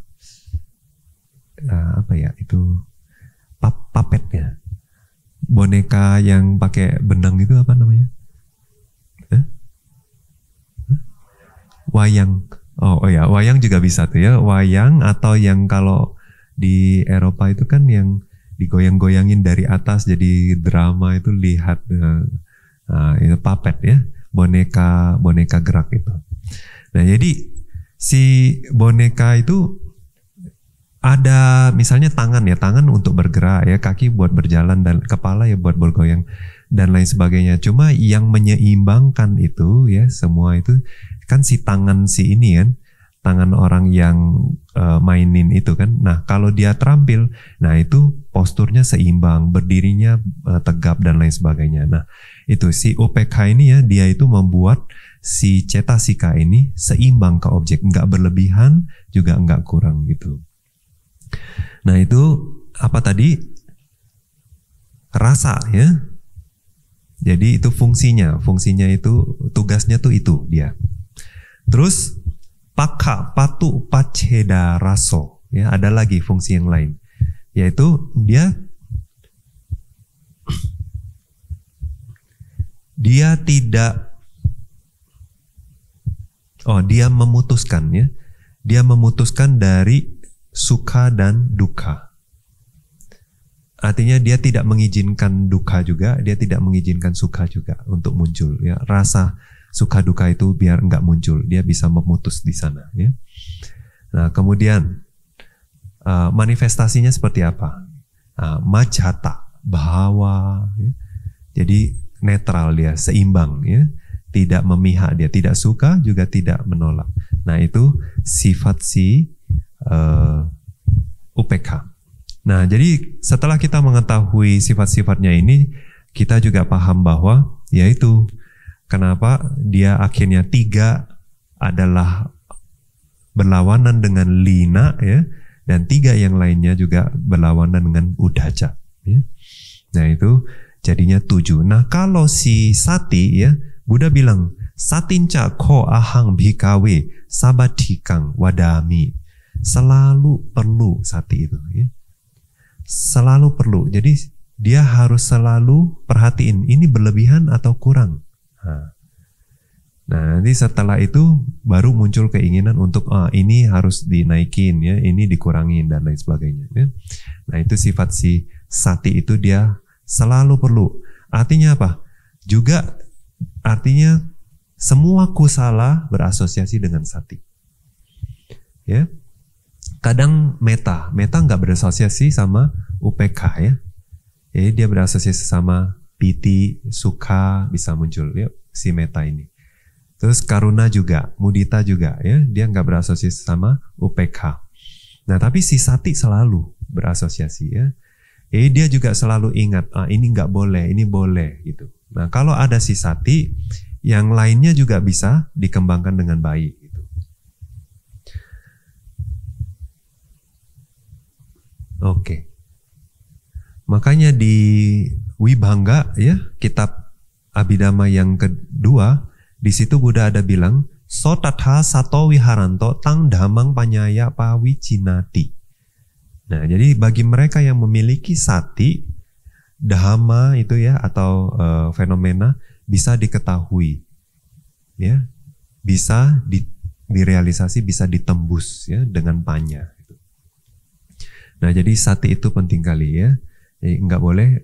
Makanya Bhante selalu menghimbau, bahkan di kehidupan sehari-hari pun ya, kalau kalian nggak pegang objek meditasi pun setidaknya perlu sati terus ya, terus sadar, terus ada di momen itu. Jangan bikin kebiasaan ngerjain sesuatu tuh sambil mikir juga gitu ya. Ya 100% kalau bisa batinnya ada di situ, nggak sambil mikir, jadi tetap ada satinya itu. Terus nah di sini Buddha bilang ya, wiweka nisitang ya. Kalau di palinya kan Buddha bilang sati dhamma wicaya wirya piti pasadi samadhi upekha bojanggang bhaveti wiweka nisitang wiraga nisitang nirodha nisitang wosaga parinami. Nah kenapa ada beberapa kata ini? Wiweka nisitang artinya nisitang di sini bukan bersandar ya, tapi kayak mencondongkan pikirannya. Ya. Mencondongkan pikirannya ke wiweka, wiraga, niroda. Nah ini sebetulnya mengacu kepada hal yang sama, yaitu apa? Nibbana. Nah karena Buddha kan ngajarin ini untuk mencapai magaphala yang lebih tinggi ya, untuk sampai arahat ya. Nah jadi di sini mengembangkan bojangga itu nggak cuma perihal samatha bhawana aja. Meskipun dijelaskan bahwa sata bojangga ini tidak hanya di momen magaphala saja ya, tapi di momen samatha bhawana juga, ya. Bahkan di momen vipassana juga. Ya. Nah kalau waktu mengembangkan vipassana disebut sebagai tadangga. Tadangga pahana artinya hanya di momen itu saja ya berhasil mengalahkan asawa atau kotoran batin. Nah kemudian kalau wikambana itu samatha bhawana. Nah, jadi kalau vipassana itu apa? Tadangga pahana. Kalau wikambana itu meredam. Itu tugasnya si samatha bhawana. Nah tapi kalau samucheda pahana ya itu artinya memotong. Itu tugasnya si maga. Ya. Nah tapi di momen yang manapun ya, apakah latih vipassana, apakah latih samatha, apakah di momen lokutara itu magaphala ya, bojangga ini perlu. Ya. Justru karena bojangga ini terkembangkan dengan baik ya, magaphala akhirnya bisa muncul, gitu ya. Nah tapi bojangga meskipun artinya bodhi angga, nggak cuma di momen lokutara ini magaphala saja, tapi vipassana juga perlu, samatha juga perlu ya. Nah itulah jadi ngembangin ini ya tetap harus mencondongkan batinnya ke nibbana terus gitu ya. Nah, baru nanti terkembangkan dengan sempurna. Nah makanya di belakang Buddha bilang yang hisab bhikawe abhawayato upajiyong asawigata parilaha. Ya. Jadi bagi mereka yang enggak mengembangkan ini, makanya si asawa itu bisa muncul. Bagi yang mengembangkan ini, asawa tidak muncul, tidak panas. Nah dengan demikian, yatoko bikawi bikuno ye asawa dasana pahataba te dasana pahina honti. Nah para biku oleh sebab itu bagi biku ya yang mengembangkan dasana ya penglihatan untuk menyingkirkan asawa, maka asawa yang muncul dari yang akan muncul kalau tidak mengembangkan penglihatan itu bisa muncul. Jadi tapi bagi mereka yang mengembangkan ini asawa tidak muncul ya. Ye asawa sangwara pahataba te sangwara pahina honti ya. Jadi bagi mereka yang mengembangkan menyingkirkan asawa dengan pengendalian indera, maka pengendalian indera juga bisa menyingkirkan asawa. Terus berikutnya juga metode yang ketiga sampai yang ketujuh ya, ye asawa bhawana pahataba te bhawana pahina honti. Oleh sebab itu kalau dikembangkan bhawana ini akan menyingkirkan asawa. Ayang wucati bhikawe bhiku sabha sawa sangwara sangwuto wiharati acehi tanhang ya. Dengan demikian saya ucapkan para biku ya, biku yang mengembangkan ya sabha sawa sangwara ini ya, 7 metode ini akan memotong tanha, acehi tanhang, wiwatai sangyojanang. Nah, wiwatai sangyojanang artinya sangyojana itu udah stop berputar gitu ya, atau bahkan berputar terbalik katanya ya. Tapi lebih baik di sini seperti menghentikan sangyojana. Nah, sangyojana kita tahu ada 10 betul, tapi ada 20 sebetulnya. Ya. Kenapa 20? Ada versi sutta, ada versi abhidhamma. Kalau versi sutta yang kebanyakan kita tahu ya 10 itu apa? Oke, mulai dari yang disingkirkan oleh Sotapanna berarti apa? Pandangan salah sakaya ditti, akan diri. Pandangan salah akan diri sakaya ditti. Kemudian silabata paramasa ya, kemelekatan terhadap ritual bahwa bisa mencapai nibbana ya.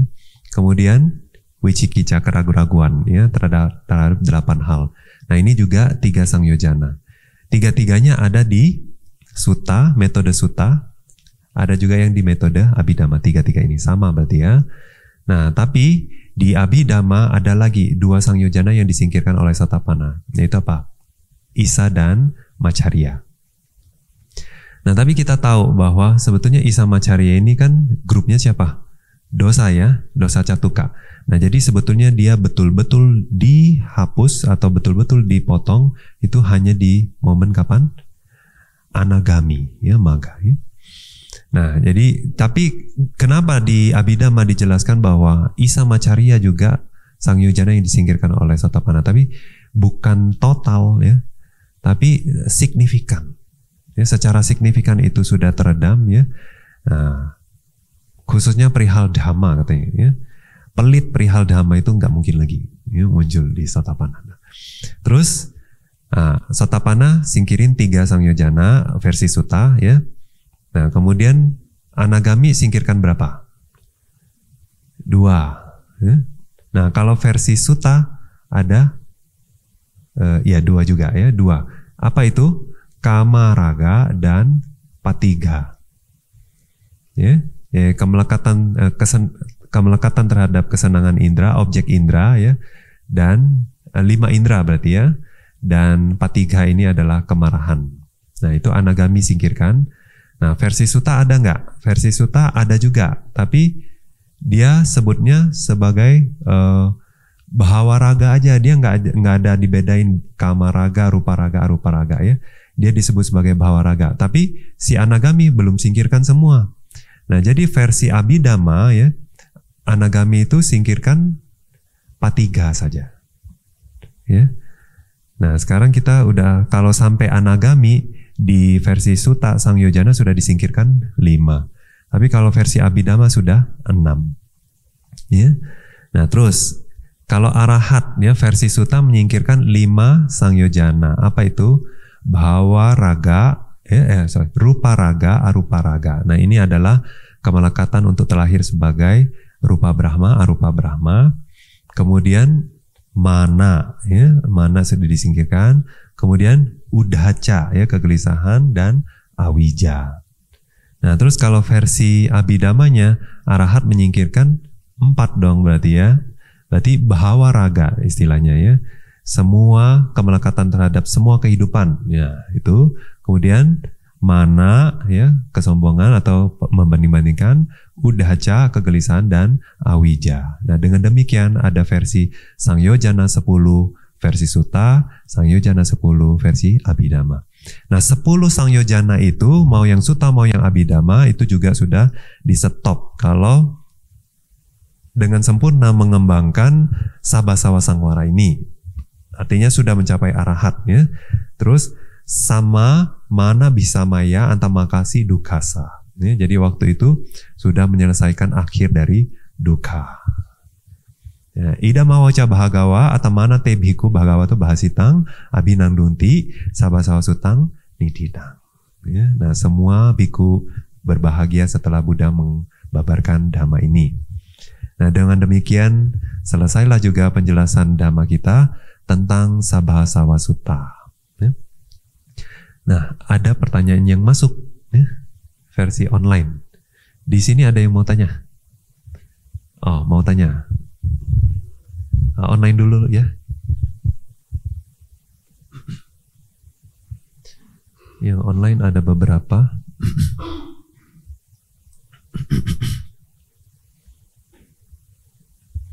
Dari Herman. Wandami Bante, apakah menjaga indriya sangwara sebelum muncul kamasawa?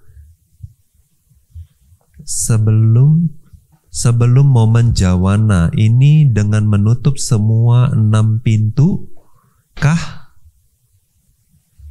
6 pintu itu artinya 6 panca indera dan pikiran. Jadi pertanyaannya adalah apakah menjaga indriya sangwara sebelum muncul kamasawa sebelum momen jawana ini dengan menutup ke 6 pintu ya.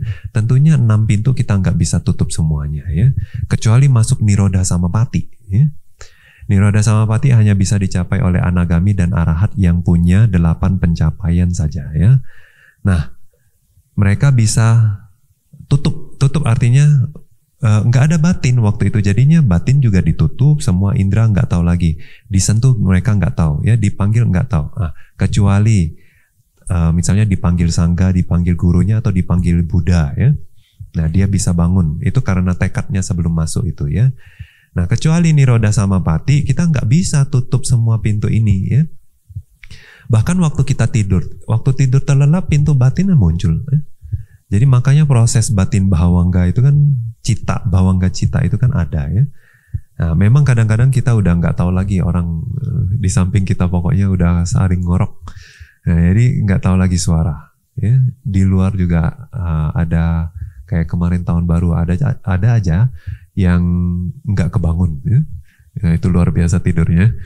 Nah, jadi nggak bisa sebetulnya kita tutup semua ya. Nah, kita bisa tutup 5 indera ini pada saat kita fokus objek meditasi. Nah, kadang kita saking tertariknya ke objek meditasi, kita lupa, nggak dengar lagi, nggak ngerasa lagi badan ini ada bau apa juga nggak cium lagi ya. Kadang juga untuk umat awam ya, mereka yang nggak berlatih, kadang waktu mereka nonton bioskop juga ya, suara di luar udah nggak kedengaran lagi.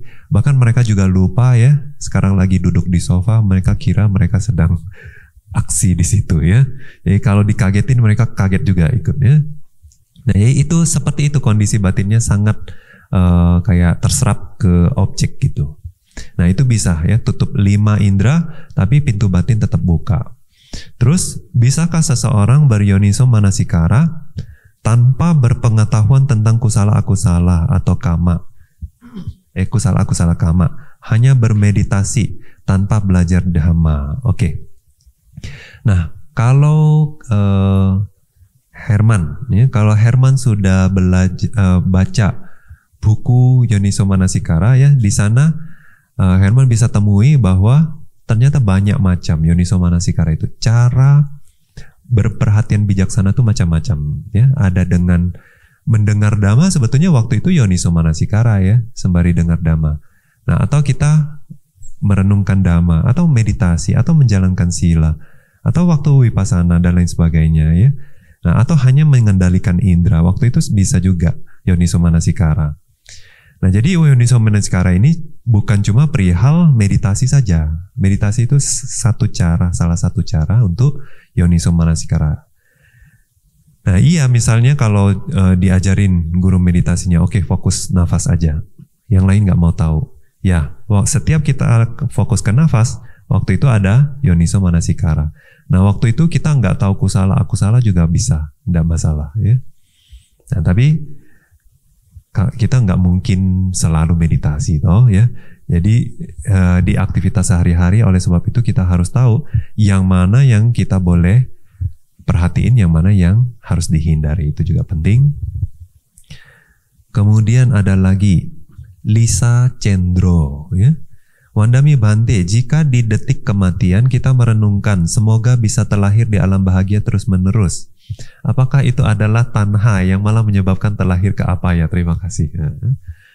Sebetulnya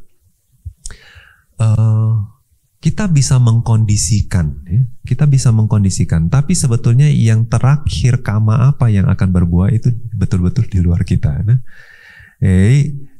Kita kondisikan gimana? Misalnya ada orang ya punya jhana. Dia bisa kondisikan, dia latih jhana sampai meninggal ya, masuk jhana terus. Nah, kalau memang dia ada keinginan untuk terlahir di alam Brahma, nah itu jadi pengkondisi yang kuat. Makanya disebut sebagai kusala garuka kama. Nah, tapi kalau ya seseorang itu nggak punya jhana yang kuat seperti itu, yang bisa dipertahankan sampai dekat meninggal ya. Nah, itu pikiran itu biasanya bisa mengembara kemana kemari ya, kesana kemari. Terus batin yang terakhir ngambil objek sebelum cuti, itu karena kama apa kita susah. Kita bisa kondisikan, artinya kita dengar parita dan lain sebagainya. Mudah-mudahan ya objek terakhirnya itu objek yang baik gitu. Nah, tapi bisa jadi objeknya juga nggak baik. Nah, atau yang bisa juga sebelum meninggal itu objeknya banyak yang tidak baik, tapi ternyata sebelum cuti ngambil objek yang baik. Bante kasih contoh, ada satu meditator ya, di kehidupan lampaunya dia waktu mau lihat, Dari kehidupan yang sekarang dia mau mundur ke belakang itu kan, dia selalu kayak ngelihat tempat yang gelap dan dia mulai sakit kepala. Nah, terus pas disuruh mundur lagi, coba lihat mundur lagi, ya nanti ada apa di situ. Nah, dia lihat bahwa iya, dia sadar di kehidupan sebelumnya itu dia ternyata sebelum meninggal itu dia nyolong, mencuri. Ya.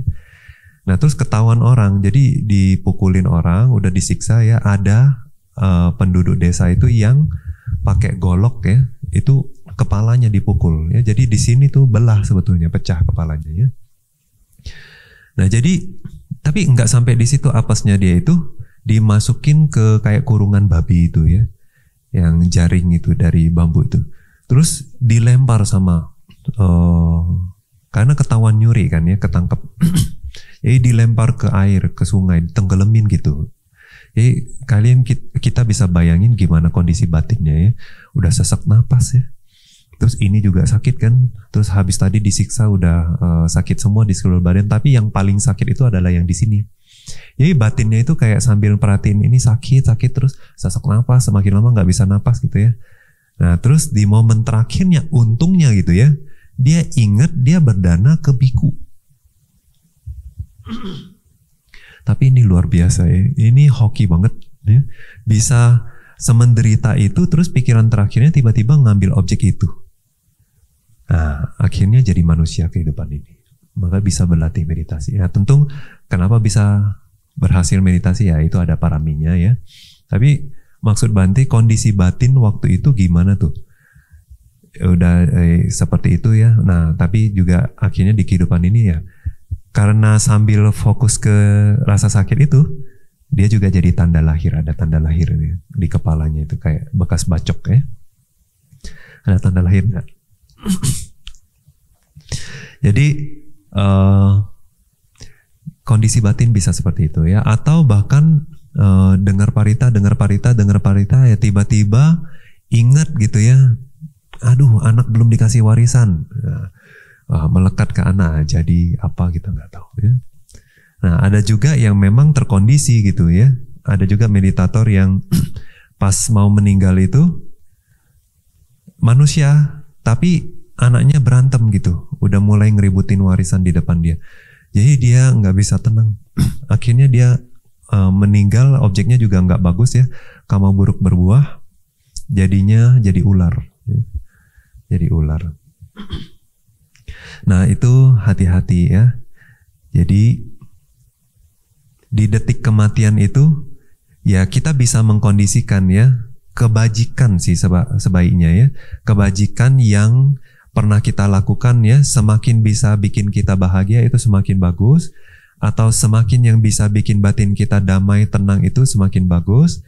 Nah tapi bukannya jadi loba gitu ya, asik-asik saya karena kebajikan ini saya akan lahir sebagai dewa.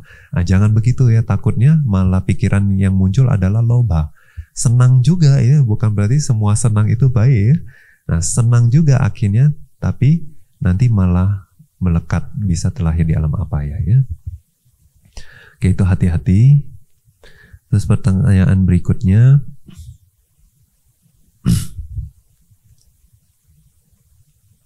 oh udah selesai ya, pertanyaannya selesai. Nah, ada yang mau tanya?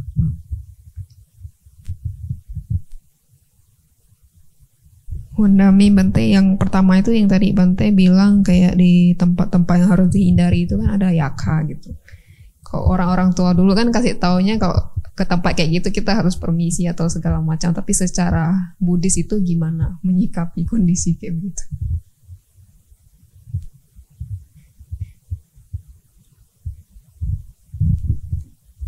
Iya, kalau yakanya bisa bahasa Indonesia. Permisi gitu ya. Nah, tapi kalau versi Buddha ya, Bante mungkin kayak di ceramah sebelumnya juga pernah jelasin ya, bahwa biku, bikuni, samanera-samaneri yang berlatih di hutan, yang mau ke gua seperti itu ya. Nah, kalau samanera-samaneri nggak bisa, biasanya mereka harus pergi sama gurunya atau ditemani ya. Tapi kalau biku-bikuni itu bisa mereka ke hutan ya. Kalau bikuni sebelum malam dia harus balik ke wihara. Kadang biku tinggal di hutan, tinggal di gua gitu ya. Nah, tapi setiap kali kita ke tempat yang baru, itu kita perlu ngembangin namanya meditasi perlindungan ya. Nah, kayak ngembangin meta ya, terus Buddha Nusati ya. Nah, itu perlu di tempat yang baru. Nah, dijelaskan ya supaya bersahaja ya, bisa selaras harmonis. Jadi benar-benar datang ke sana itu nggak cari gara-gara, bukan mau kayak ada orang cari ilmu ya, ada orang mau nangkep ya, nangkep makhluk-makhluk seperti itu. Jadi, nah ini bukan, tapi untuk ngembangin diri. Jadi waktu mau mulai itu ya, semoga semua makhluk di sekitar ini kan semua sehat, bahagia, semoga bebas dari mara bahaya. Nah, mungkin dengan begitu mereka kayak paham gitu, orang ini nggak berbahaya. Mungkin mereka bisa merasakan bahwa nggak ada ancaman dari sisi kita ya. Nah, cuma secara prakteknya gimana mereka bisa paham ya, padahal kita kan nggak ngomong, nggak apa-apa ya, cuma diem aja ya, mungkin mereka bisa merasakan gitu. Nah, tapi ya nggak dengan permisi ya. Tapi mungkin juga kalau dengan permisi itu mungkin mereka ngerti kali batin kita kayak apa ya, dengan gestur seperti itu mungkin. Terus yang kedua itu yang penjelasan di Sutta yang sebelumnya itu kan Bante ada bilang waktu dingin juga ada yang malah sengaja meditasi di luar, itu kan lebih dingin kena angin. Itu bukannya termasuk nyiksa diri gitu? Termasuk? Nyiksa diri. Menyiksa diri, oh oke. Kan pelatihan keras jadinya kan. Ya, kalau orang yang menyiksa diri itu ya, dia itu memang pikirannya dengan menyiksa diri begitu dia bisa mencapai kesucian. Ya. Nah, tapi kalau yang ini bukan. Dia pakai itu justru jadi sangwega. Tapi latihnya sih enggak dengan menyiksa diri. Dia enggak bilang menyiksa diri itu untuk mencapai kesucian, bukan. Jalan terbebas dari semua untuk mengikis kotoran batin itu bukan gitu. Tapi dia ngelihat itu sebagai apa? Sebagai perenungan gitu. Ya, sebagai perenungan. Nah, tapi waktu berusaha meditasi ya tetap sesuai ajaran Buddha gitu. Jadi kita nggak bisa bilang itu atakila mata juga, ya. Penyiksaan diri bukan. Tapi ya nggak perlu inilah, maksudnya jangan coba-coba. Ya. Nanti kalau kalian merasa sudah Vipassana udah kuat gitu kan, kira-kira sudah mau merealisasi nibbana atau sudah mau arahat, nah kalian mau coba ya oke. Ya. Nah, tapi sekarang misalnya konsentrasi pun masih naik turun, fisik pun juga kadang masih naik turun ya, aduh jangan dah, nanti masuk angin malah nggak bisa meditasi pula. Terus yang terakhir Bante yang tadi ketemu hewan buas itu kan Bante jelasin malah muncul kama sawa. Kok bukan dosa gitu, kok ketemu hewan buas kan takut jadi. Nah itu tadi kan makanya di sini dijelasin karena menderita itu malah menikmati. Iya seperti masochis ya namanya. Ya kalau yang seperti itu bisa muncul kama sawa jadinya ya.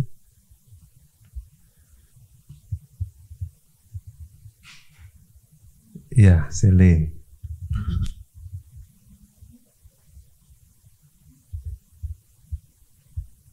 Wandami Bante, ini mau nanya tentang yang kemarin adiwasana pahataba. Nah, kan sewaktu kita menerima penyakit dengan bersabar, sebenarnya sejauh mana batasannya kita harus bersabar menerima penyakit itu? Apakah harus sampai seperti kasus Mahathera yang jantung dan perutnya pecah hingga akhirnya mencapai arahat?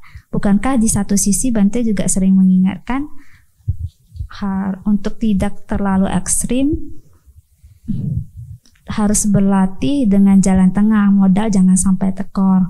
Saat kondisi fisik ini sedang tidak kondusif, mengalami penyakit, pada umumnya kan fisik kita tidak nyaman, otomatis tidak ada ketenangan jasmani dan batin menjadi gelisah, lebih gelisah. Sang Buddha kan sering bilang di sutta, saat jasmani menjadi tenang ada sukha, barulah pikiran mudah terkonsentrasi.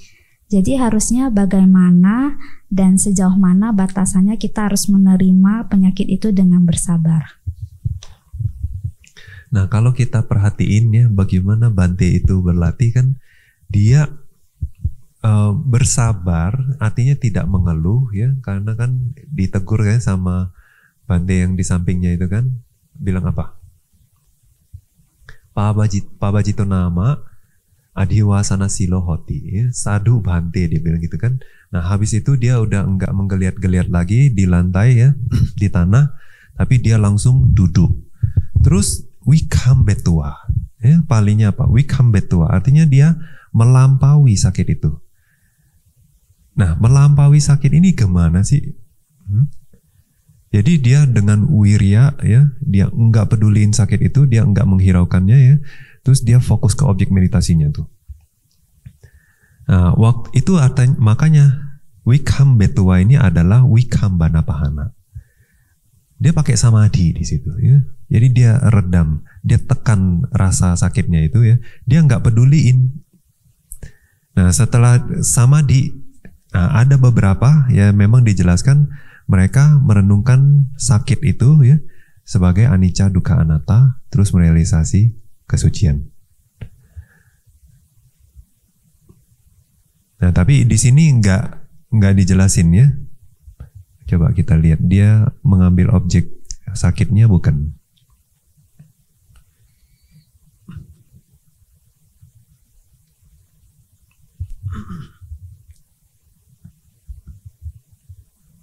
Iya, nggak dijelasin. Iya. Nah, tero wedanang wikambetua wipasanto muhutena anagami hutua parinibai. Ya. Jadi waktu perutnya itu pecah, ya, tera tersebut meredam wedana. Ya. Jadi dia nggak peduliin ya. Nah, terus wipasanto, dia berwipasana. Ya. Terus sebentar saja dia jadi arahat. Nah, jadi sabar di sini artinya nggak ngeluh ya, nggak nyalahin siapa-siapa, tapi udah sabar artinya ditahan, terus pakai usaha batinnya itu meredam ya, dengan konsentrasinya itu meredam wedana itu, jangan diperhatiin ya. Nah, baru latih wipasana gitu.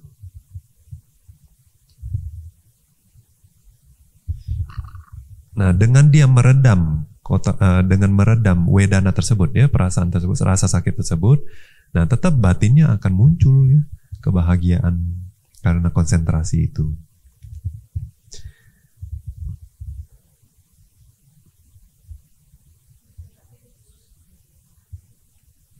Ya, biasanya mereka jadi punya samadhi.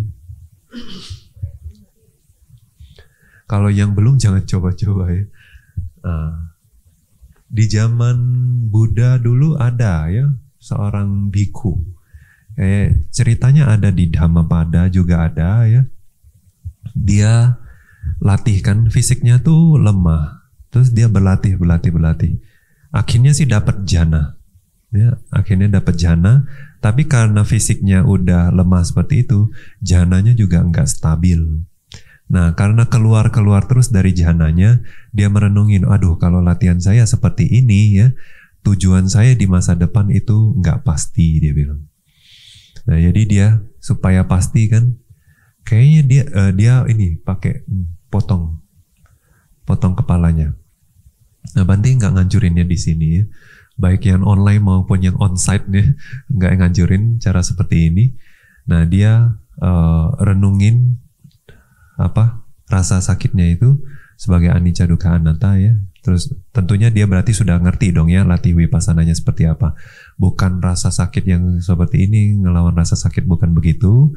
Nah, tapi dengan begitu dia beneran jadi arahat. Ya? Nah, ada beberapa ya yang seperti itu.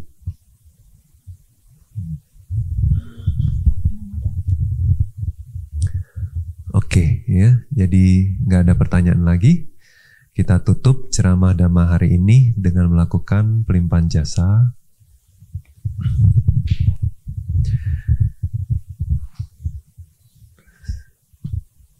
Semua kebajikan yang telah kita lakukan selama ini, dari menjalankan moralitas, melakukan pengendalian diri, pengendalian indera, melakukan bahawana, meditasi, ya, memberikan pelayanan, berdharma, dan lain sebagainya, semua kebajikan ini marilah kita limpahkan kepada sanak keluarga dan teman-teman yang sudah meninggal. Semoga mereka bisa ikut berbahagia. Dan juga kita ingin limpahkan kebajikan ini kepada para dewa yang melindungi Buddha Sasana selama ini, kepada dewa yang melindungi kita selama ini, kepada makhluk yang terlihat maupun yang tidak terlihat. Semoga mereka semua bisa ikut bahagia. Dan tidak lupa, semoga kebajikan ini menjadi penyebab pendukung dalam usaha kita melenyapkan kotoran batin, mencapai kebahagiaan sejati, nibbana. Marilah bersama-sama kita melakukan pelimpahan jasa. Eta wata ca amhehi sambhatang punya sampadang sabe dewa anumodantu sabe bhuta anumodantu sabe satta anumodantu sabba sampati siddhya idang me nyati nang hotu sukhita hontu nyatayo idang me nyati nang hotu sukhita hontu nyatayo idang me nyati nang hotu sukhita hontu nyatayo idang me punyam asawa kaya wahang hotu idang me punyang nibbana sapacayo hotu mama punya bhagam sabasatanang bhajemi te sabe me samang punya bhagam labhantu sadhu sadhu sadhu sukhi hotu nibbana sapacayo hotu.